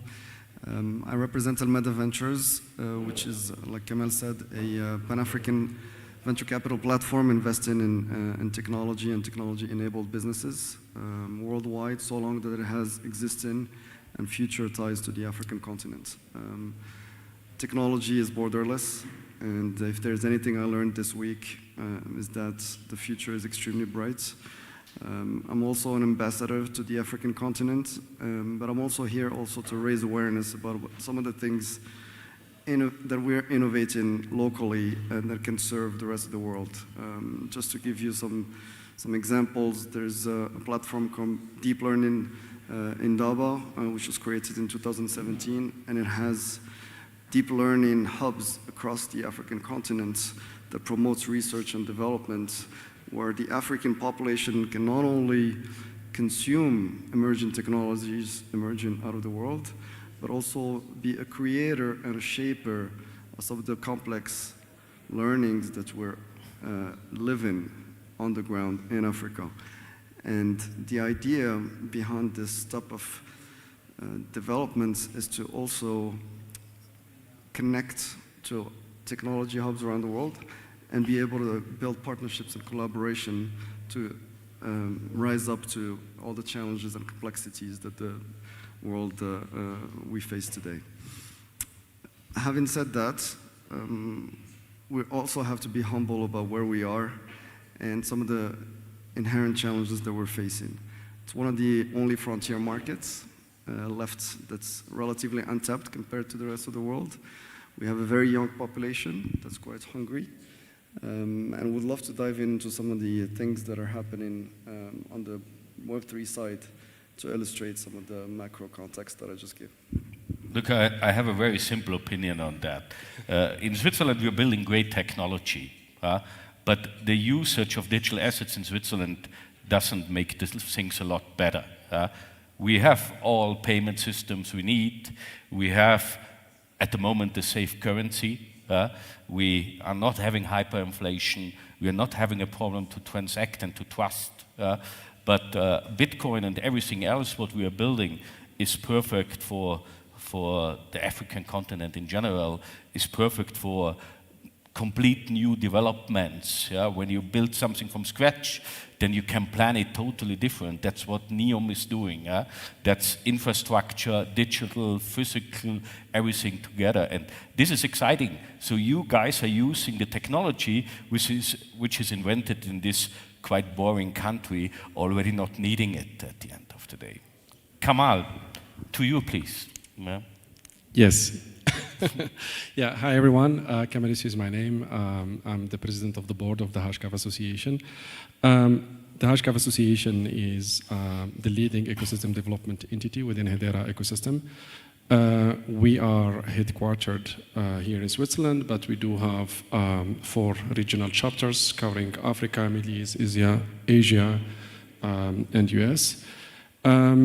We do provide different programs ranging from innovation programs all the way up to enterprise programs and venture building programs, where we do provide not only capital and funding for innovative projects, but we do also support innovators, entrepreneurs, startups, small and mid-sized enterprises to secure, or let's say to speed up the transition from a Web2 to a Web3 organization by providing grants, investments, solution engineering, all the way up to go-market strategies and positioning in the market. We have seen the need, so me and Ralph, we all agree on 2 things. To build a successful ecosystem, you need to cover 3 components. It starts with infrastructure, basically regulation. Number 2, you need talent, basically talented people to build innovative solutions and design and develop viable solutions that are bringing value for the society, for the community, but also for the industries. And last but not least, you need capital. Without capital, you are not able to establish a symbiotic ecosystem that attracts creative and innovative solutions and pioneering startups. Recently, we found ourselves in a kind of a unique position. The Hashgraph Association, as part of its remit and as a part of its purpose, there is a big overlap between what we are doing and what sovereign wealth funds across the globe are doing, basically enabling or supporting the development of local economies by upscaling local talents, deploying funding. And that inspired us and the leadership team to strike strategic partnerships with the sovereign wealth funds to support startups and deployed capital. And as we speak today, so I need to maintain kind of a neutral role here because I need to respect my Saudi roots and at the same time I need to respect my Moroccan side. So with that I'm gonna strike the balance. But that's something I reflected also in the business. So we launched a deep tech venture studio recently together with MISA, which is the Ministry of Investment out of Saudi Arabia, committed $250 million to be deployed over 5 years, to be deployed in the market. The same has been also agreed and signed with the Sovereign Wealth Fund in Qatar, Qatar Investment Authority, basically launching a venture studio for digital assets. And soon we are going to announce something similar out of Morocco. Basically, in our strategy, what we have agreed on from day one is we want to operate out of strategic regions, starting from key jurisdictions. So it was clear for us, out of the Middle East, it has to be Saudi Arabia, since it's the largest market in the region. In Africa, it has to be Morocco, since it's the bridge that connects Africa and Europe. And last but not least, Switzerland, which has been home for all the great crypto unicorns over the last 10 years. I'm always surprised how you manage to have all these different countries in the MENA region. That's not easy. You know, I know when I'm in the UAE and you go to Saudi, to Qatar, to Oman, there's always a little bit competition. Yeah? but competition is good. Majid, what do you think, what can Web3 really bring NEOM? What is the best what you can see out of that? I mean, the potential is huge. The first step is really important. And there's a lot of moving parts right now. Regulation is getting to a stage where it's becoming more interesting. But I guess my worry, a little bit, given the flurry of what's taking place today, is that there's too much excitement that might attract the wrong type of behaviors. Meme coins and what they bring in and what people might lose is exactly the type of examples that the Ginslers of the world might go back and say, I told you so. Mm. And so there is a cautionary piece today that we need to think about, is to say, how do we manage not to ruin a great thing? Which is, we're starting to move into the right direction, but if the wrong behaviors are used, it sets us back again. I fully agree. And that's something we really need to guard against. You know, I think the evolution of blockchain, the days, you know, some years ago, we used to talk about, is blockchain secure? Today, we're talking about different use cases of blockchain. Trust, transparency, data vaults as it relates to tokenization, all of that is now coming into fruition.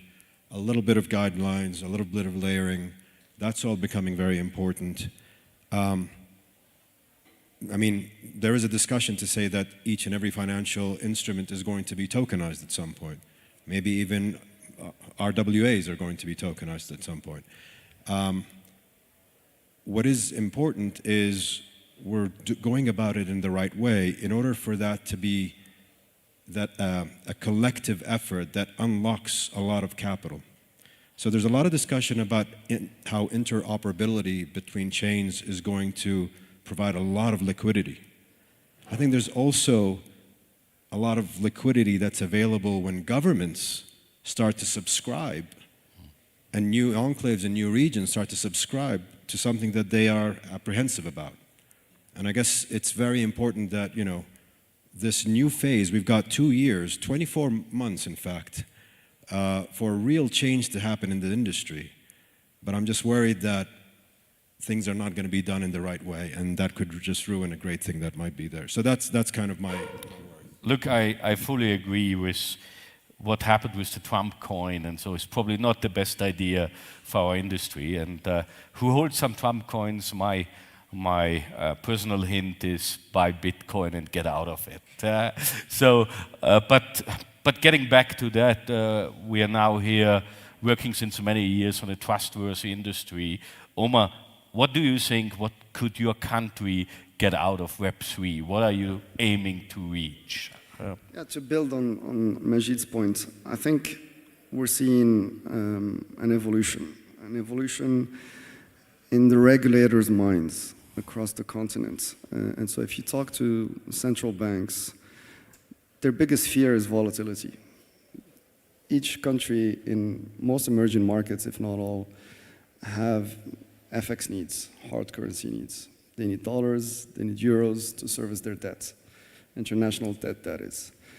They need to import raw materials, they need to import cereals, basic things to appease the social needs of society. And so if you consider that volatility is their biggest fear, how do they ensure that by connecting to this new world that they know very little about, although they're very curious about it and want to adopt it and see its potential, but as their fiduciary responsibility towards the people, how can they create balance? And so if I look over the past 5 years and see how central banks are evolving towards creating frameworks that enable countries that are emerging to tap into this full potential that the technology they're currently maturing to levels that we've never seen before, despite the hype, despite everything we see in developed markets, are starting to actually connect to the population. And one driver, and Kemal alluded to that earlier, which is volumes that we're seeing on the ground, right? So stable coins as a hedge to inflation, as a cheaper way to send money, to remit money from the West into Africa and vice versa. On average, it costs 7-8% to send money to the African continent. With stablecoin, it's down to 1% or less than 1%. So there's already hopefully zero. Yeah. And so that's already a leap forward that's interesting from a unit economic perspective. And then obviously all of the other benefits of security, accessibility, trust that's evolving, and of course volatility, right? So now what I hope will happen is that the private sector will play a key role in adopting these technologies and to continue to promote it vis-a-vis the regulator, to reassure them that they're also contributing to the stability and the inclusion of these technologies into their ecosystems. And that's what we're starting to see. That's why we're collaborating with Kemal and the Hashgraph group and the Hedera network potentially to start building use cases that are applicable to our own realities and hopefully scale those models to create liquidity through tokenizing assets. We've seen in South Africa, there's an exchange called the Sun Exchange that tokenizes capacity building for solar production, which creates renewable energy and therefore equips a large, vast population with electricity in a clean way. We're going to see some exciting use cases later on. Sorry that I stop you now, but we are already running a little bit out of time. So Kamal, you got one sentence to focus your vision, basically. That's a hard one, but to me, my vision is, in one sentence, to build a vibrant ecosystem for Hedera-powered use cases and projects. That's my mandate. And you do a great job in that. So thank you very much, gentlemen, for joining me. And let's go on to the next speaker. Is Iago still in the room? No, okay. Good, thank you very much. Thank you for being here. So now I get a Minister of Government Affairs on stage. And I heard a lot about you guys. It should work. He will activate you. Number 3. Hey, yep, all right. Yeah. Good. All right. So, Logan. How you doing?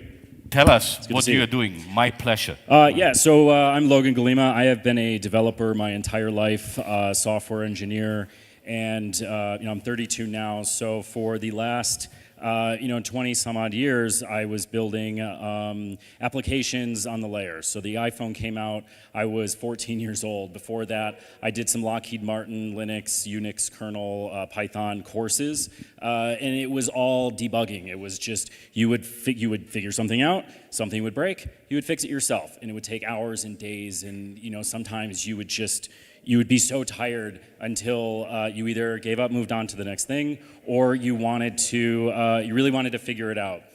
Building websites for people, building things and applications for schools and universities, and then managing, kind of a repertoire of clientage. It's like until AI came out, you were doing it by hand, and then when you become an entrepreneur, you're betting on other people knowing what they're going to do and how, that they know how to do it, and that just takes time and money and effort. So when, the age of AI that could code came out, it really just, it changed the world forever.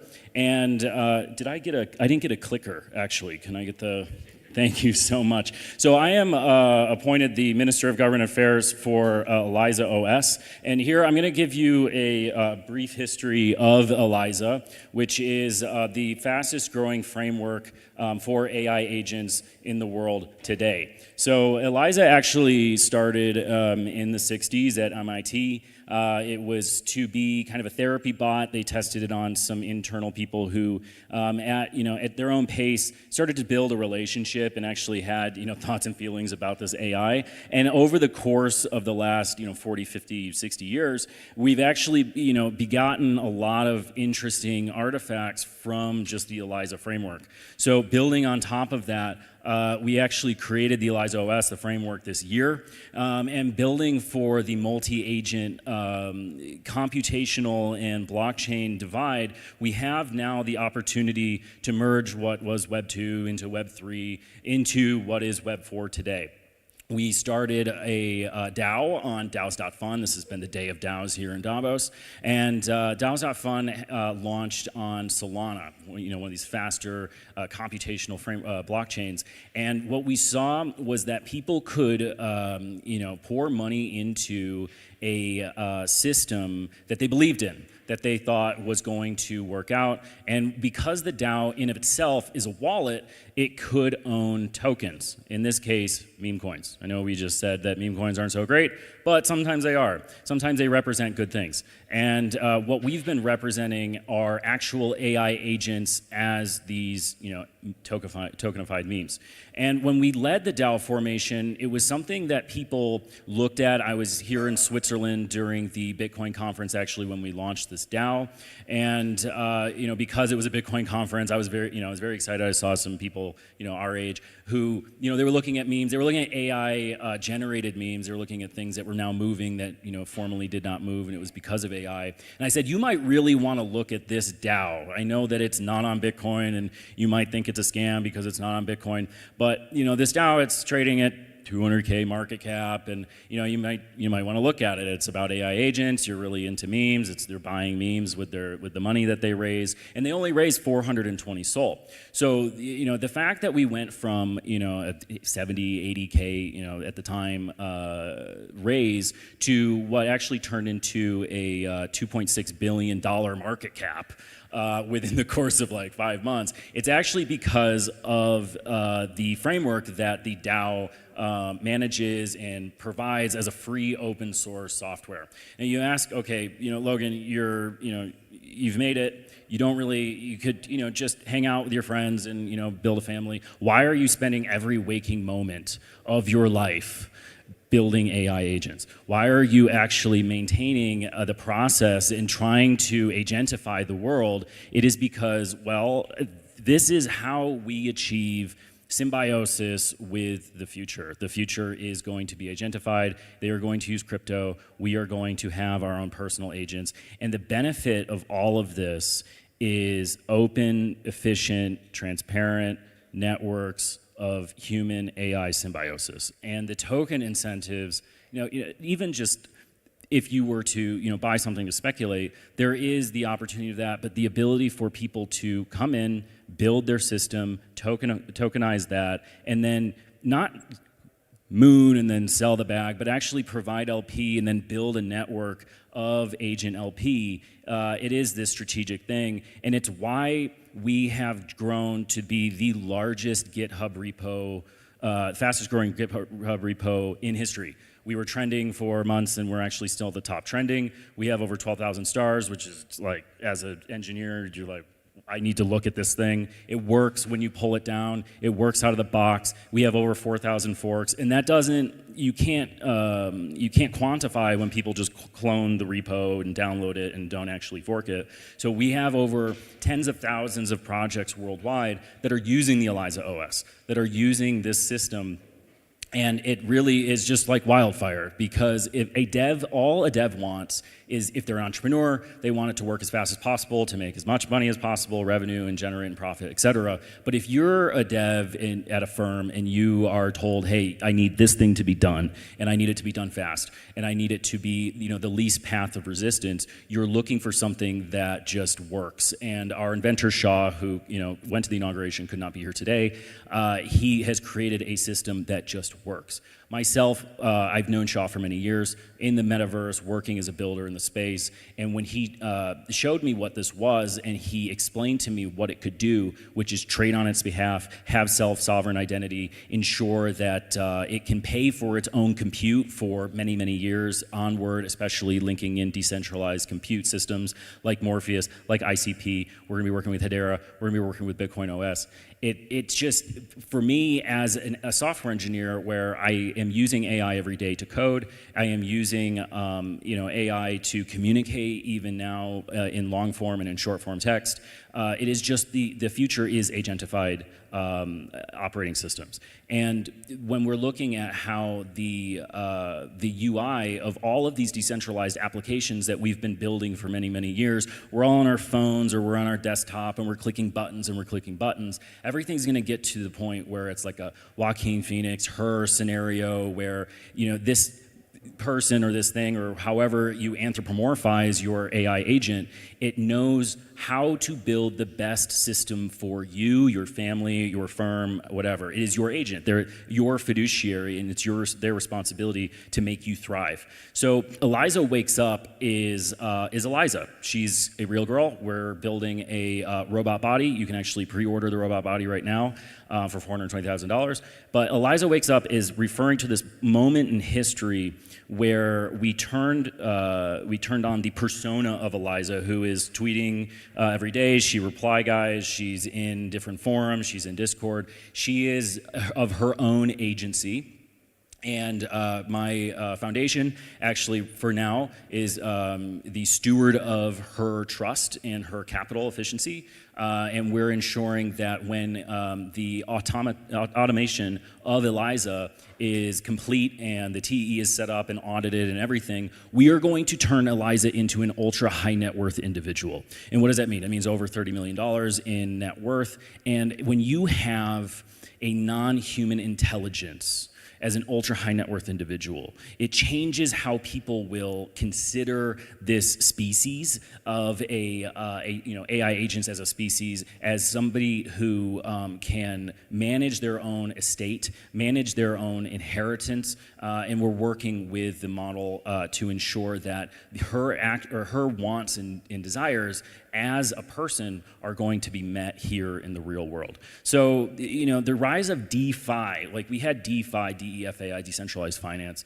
over the course of the history of blockchain, and why people are using this because, well, you can make capital more efficient through these markets. Well, now that we have attributed AI to it, DEFAI, we have decentralized financial autonomous instruments. And the future of this with Eliza Finance is actually where you're experiencing this symbiotic relationship with your AI agent to the point where you propagate it with funds. It optimizes your portfolio on the day based on the markets. And this is something that we're rolling out. We're we're finishing up and currently auditing the smart contracts that we're going to be deploying for Eliza Finance. You're going to be able to to, well, right now you can actually go into the pools that exist today and earn fees on normal DeFi. But DeFiza, or Eliza DeFi bot, is going to maintain your portfolio for you. And what we've got is a vibrant community of existing developers who are providing either Radium or Orca. We're working directly with Orca to assist in just building this forward. So I want to end this very kind of apropos on where we are, again, Dows Day in Davos, is we've used the Eliza operating system to take down and scrape the web for everything that is and has been the persona of our near and dear Klaus Schwab. You can find a lot of things on the internet about him, and because Klaus AI US is one of these Elizas who has a wallet, has the ability to make trades, has the ability to own assets that are tokenized in his wallet. We've created this reset community, RESCT. And it trades. Klaus actually is set up to pay for his own compute with Reset, and you can go follow Klaus Schwab on X and really just follow along in his persona and kind of the mind of this AI that we've propagated throughout the world today. So and this is again from him, the revolution will not be centralized, and I'm very excited again to give you a brief history of Eliza, because this is really, it's been about 6 months since we've started this journey as the Eliza OS framework. And as the Minister of Government and Foreign Affairs here in Davos, I've already met with people who really just want us to help them. We sent our founder to the inauguration. Formerly, he was in Asia meeting with delegates, and it is one of the most exciting times to be in the blockchain AI congruence, and I am just very excited to be here. So thank you for your time, and have you up. Super excited what you are doing. Thank you very much. We are having one last, but the most exciting speaker. It's Brittany Kaiser herself, not the king, our Kaiser. Please tell us what you're working on, or probably the main project what you're working on at the moment. Wonderful. Well, thank you guys all for having me this evening, and thank you for being here. I know it's late on Wednesday night, and probably people are going to one piano bar or the other, but I'm so happy to be here, and I will keep it as brief as possible. My name is Brittany Kaiser, and amongst many things that I do work on, I am the co-CEO of Satoshi, the first ever Web3 project to fix the problem of financing history and the preservation of historic estates. So do I have my slides up here? I have wanted to create this project for, really 25 years. It wasn't really until I went full-time into the crypto space when I realized that this was a problem that was solvable. For about 25 years ago, I started my career as an archaeologist. And what I quickly realized in the historic preservation space is that there is not a lot of funding for historic preservation. Usually, the Ministry of Culture is the first government ministry to have their budget slashed, and a lot of people who inherit ancestral homes, castles, palaces, manor homes, other grade-listed buildings usually inherit the building, but not a lot of cash. And the amount of money that it takes to upkeep these places if you don't have a commercial model is quite significant. So I created a company called Satoshi that I've been working on since really 2017, but full-time since 2021, in order to have a Web3 solution to be a financing partner and a commercialization partner for historic estates. What you probably don't know is that most banks in Europe will not give you a mortgage or a loan on your historic estate. So if you have a castle, it's not considered a lendable asset. Think about that for a second. That is a multi-trillion-dollar problem.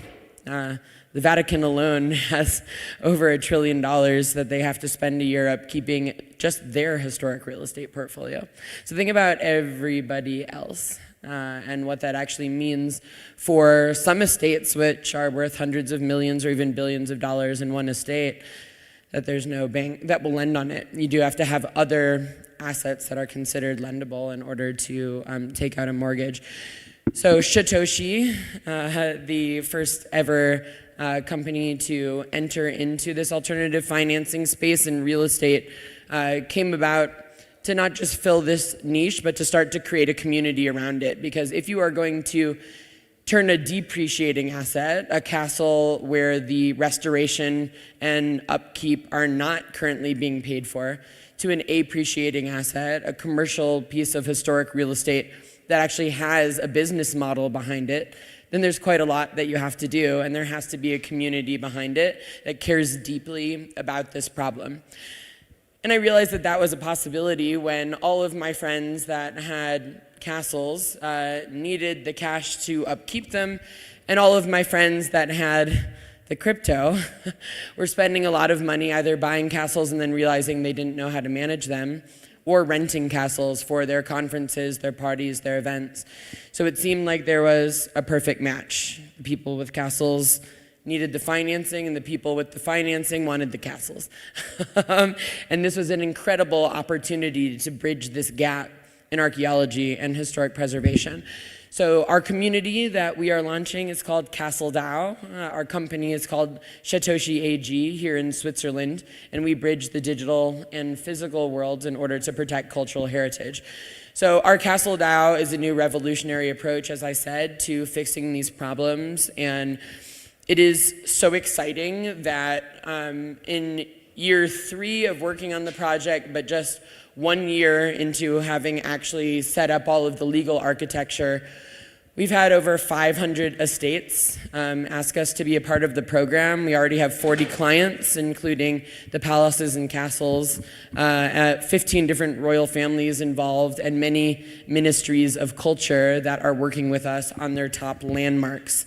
So some of the most famous landmarks in the world, including Chateau de Chambord, the Colosseum in Rome, and even St. Peter's Basilica in Vatican City. We are blessed to be launching our DAO community and our utility token for booking all of these estates for yourself on Dows Fund, the most popular launch pad in the world at the moment, which launched AI16Z and Eliza OS. So we will be opening that up next week. You get 1 week for everybody to join your DAO and put in Sol, and then your token launches, and then our platform is available where you can book over 40 castles and palaces through us, events that go on at those places, and join our private members club with your CASL Castle token. So we give real-world access to these historic estates. As I said, we've had over 500 historic estates apply to be a part of the program, and 40 of them that we've already onboarded. We're doing due diligence property by property. Some of these properties are ready to go, and therefore they've already been added to our app. Some of them need a lot of work, so we're helping them do a financing, whether that be security or utility tokenization, bond issuance on a portfolio of estates, or other types of private alternative finance in debt instruments. We create a treasury for the estate where you can pay out all of the annual upkeep on the estate and historic restoration, renovations, and the commercialization. So everything from creating a restaurant and growing the food to feed that restaurant, having an equestrian club or racket sports or a longevity spa to make your place more attractive. We help the estates do that to become sustainable commercial entities. We also have digital world integration. So for a lot of these national landmarks that are very popular and get millions of people that come to visit them every year, we're taking them into the metaverse. So some of these places have concerts where they sell out tickets in a few minutes to tens of thousands of people. If they open that up to people all around the world, certainly they could have hundreds of thousands or millions of people attending these concerts. So between concerts and digital museums, such as what the Sandbox has been able to do recently for the British Museum, the Louvre. All of this is something that is a highly useful way to bring foot traffic and attention to the history of these buildings and the art and antiquities inside of them for people that might never have the chance to visit in person. This is incredibly useful for schools, museums, and galleries around the world, as well as gaming. So with a number of our different partners, we're also creating games for them where it's learn to earn. So Web3 implemented inside with their own token or a platform token, and people can learn about the history of the art and artifacts of the place while they are playing. Also, all of our DAO participants have governance rights and can participate in a lot of really exciting in real life events.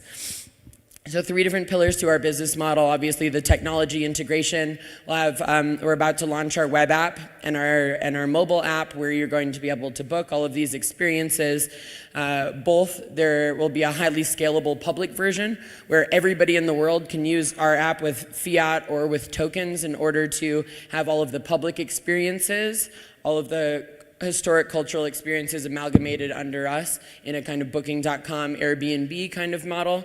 But we also have a private members club section. So if you are staking enough tokens or if you have applied and paid for a membership, then you get access to all of our reciprocal clubs around the world. A whole other layer of private estates that are not bookable by the public. Trust me, a lot of the royal families we're working with would never put their estate on Airbnb. But if you are a member of our private members club, you will be able to book out palaces that the public never have access to. We also have reciprocal clubs all over the world, including very famous places like Annabelle's and 5 Hertford Street in London, and possibly soon the Explorers Club and other very famous private members clubs around the world that you can access through us as a fellow lover of history. And in terms of real estate innovation, on the real estate side, we have obviously the interface for everybody that would like to book and experience any of these places, but we also have a marketplace for all of our estate owners, where estate owners can one-click and explore all the different types of financings that we can give them and all the different commercialization options that we can assist them with to become a productive and sustainable commercial real estate venture. So our goal is really to revolutionize cultural heritage and preservation through Web3 innovation. And we're doing that not just for private estates, but for public landmarks and monuments in a public-private partnership model with ministries of culture and with heads of state. There is a growing demand for this. We know because everywhere we go, estate owners are saying, no one's ever been able to help me, and this has been a problem my entire life. Banks can't help me, there's no one to finance me, so this is a huge opportunity on the alternative finance side. And of course, in the hospitality and booking system side, we have a lot of people on our team who have built some of the biggest apps in the world, including Airbnb and the first version of booking.com that are on our team.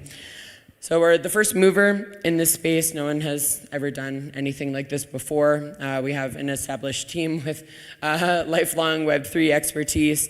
We have a deep network of historic estate owners, as I said, 15 different royal families already involved in tons of different ministries of culture, and a hybrid digital and physical asset model for people to enjoy.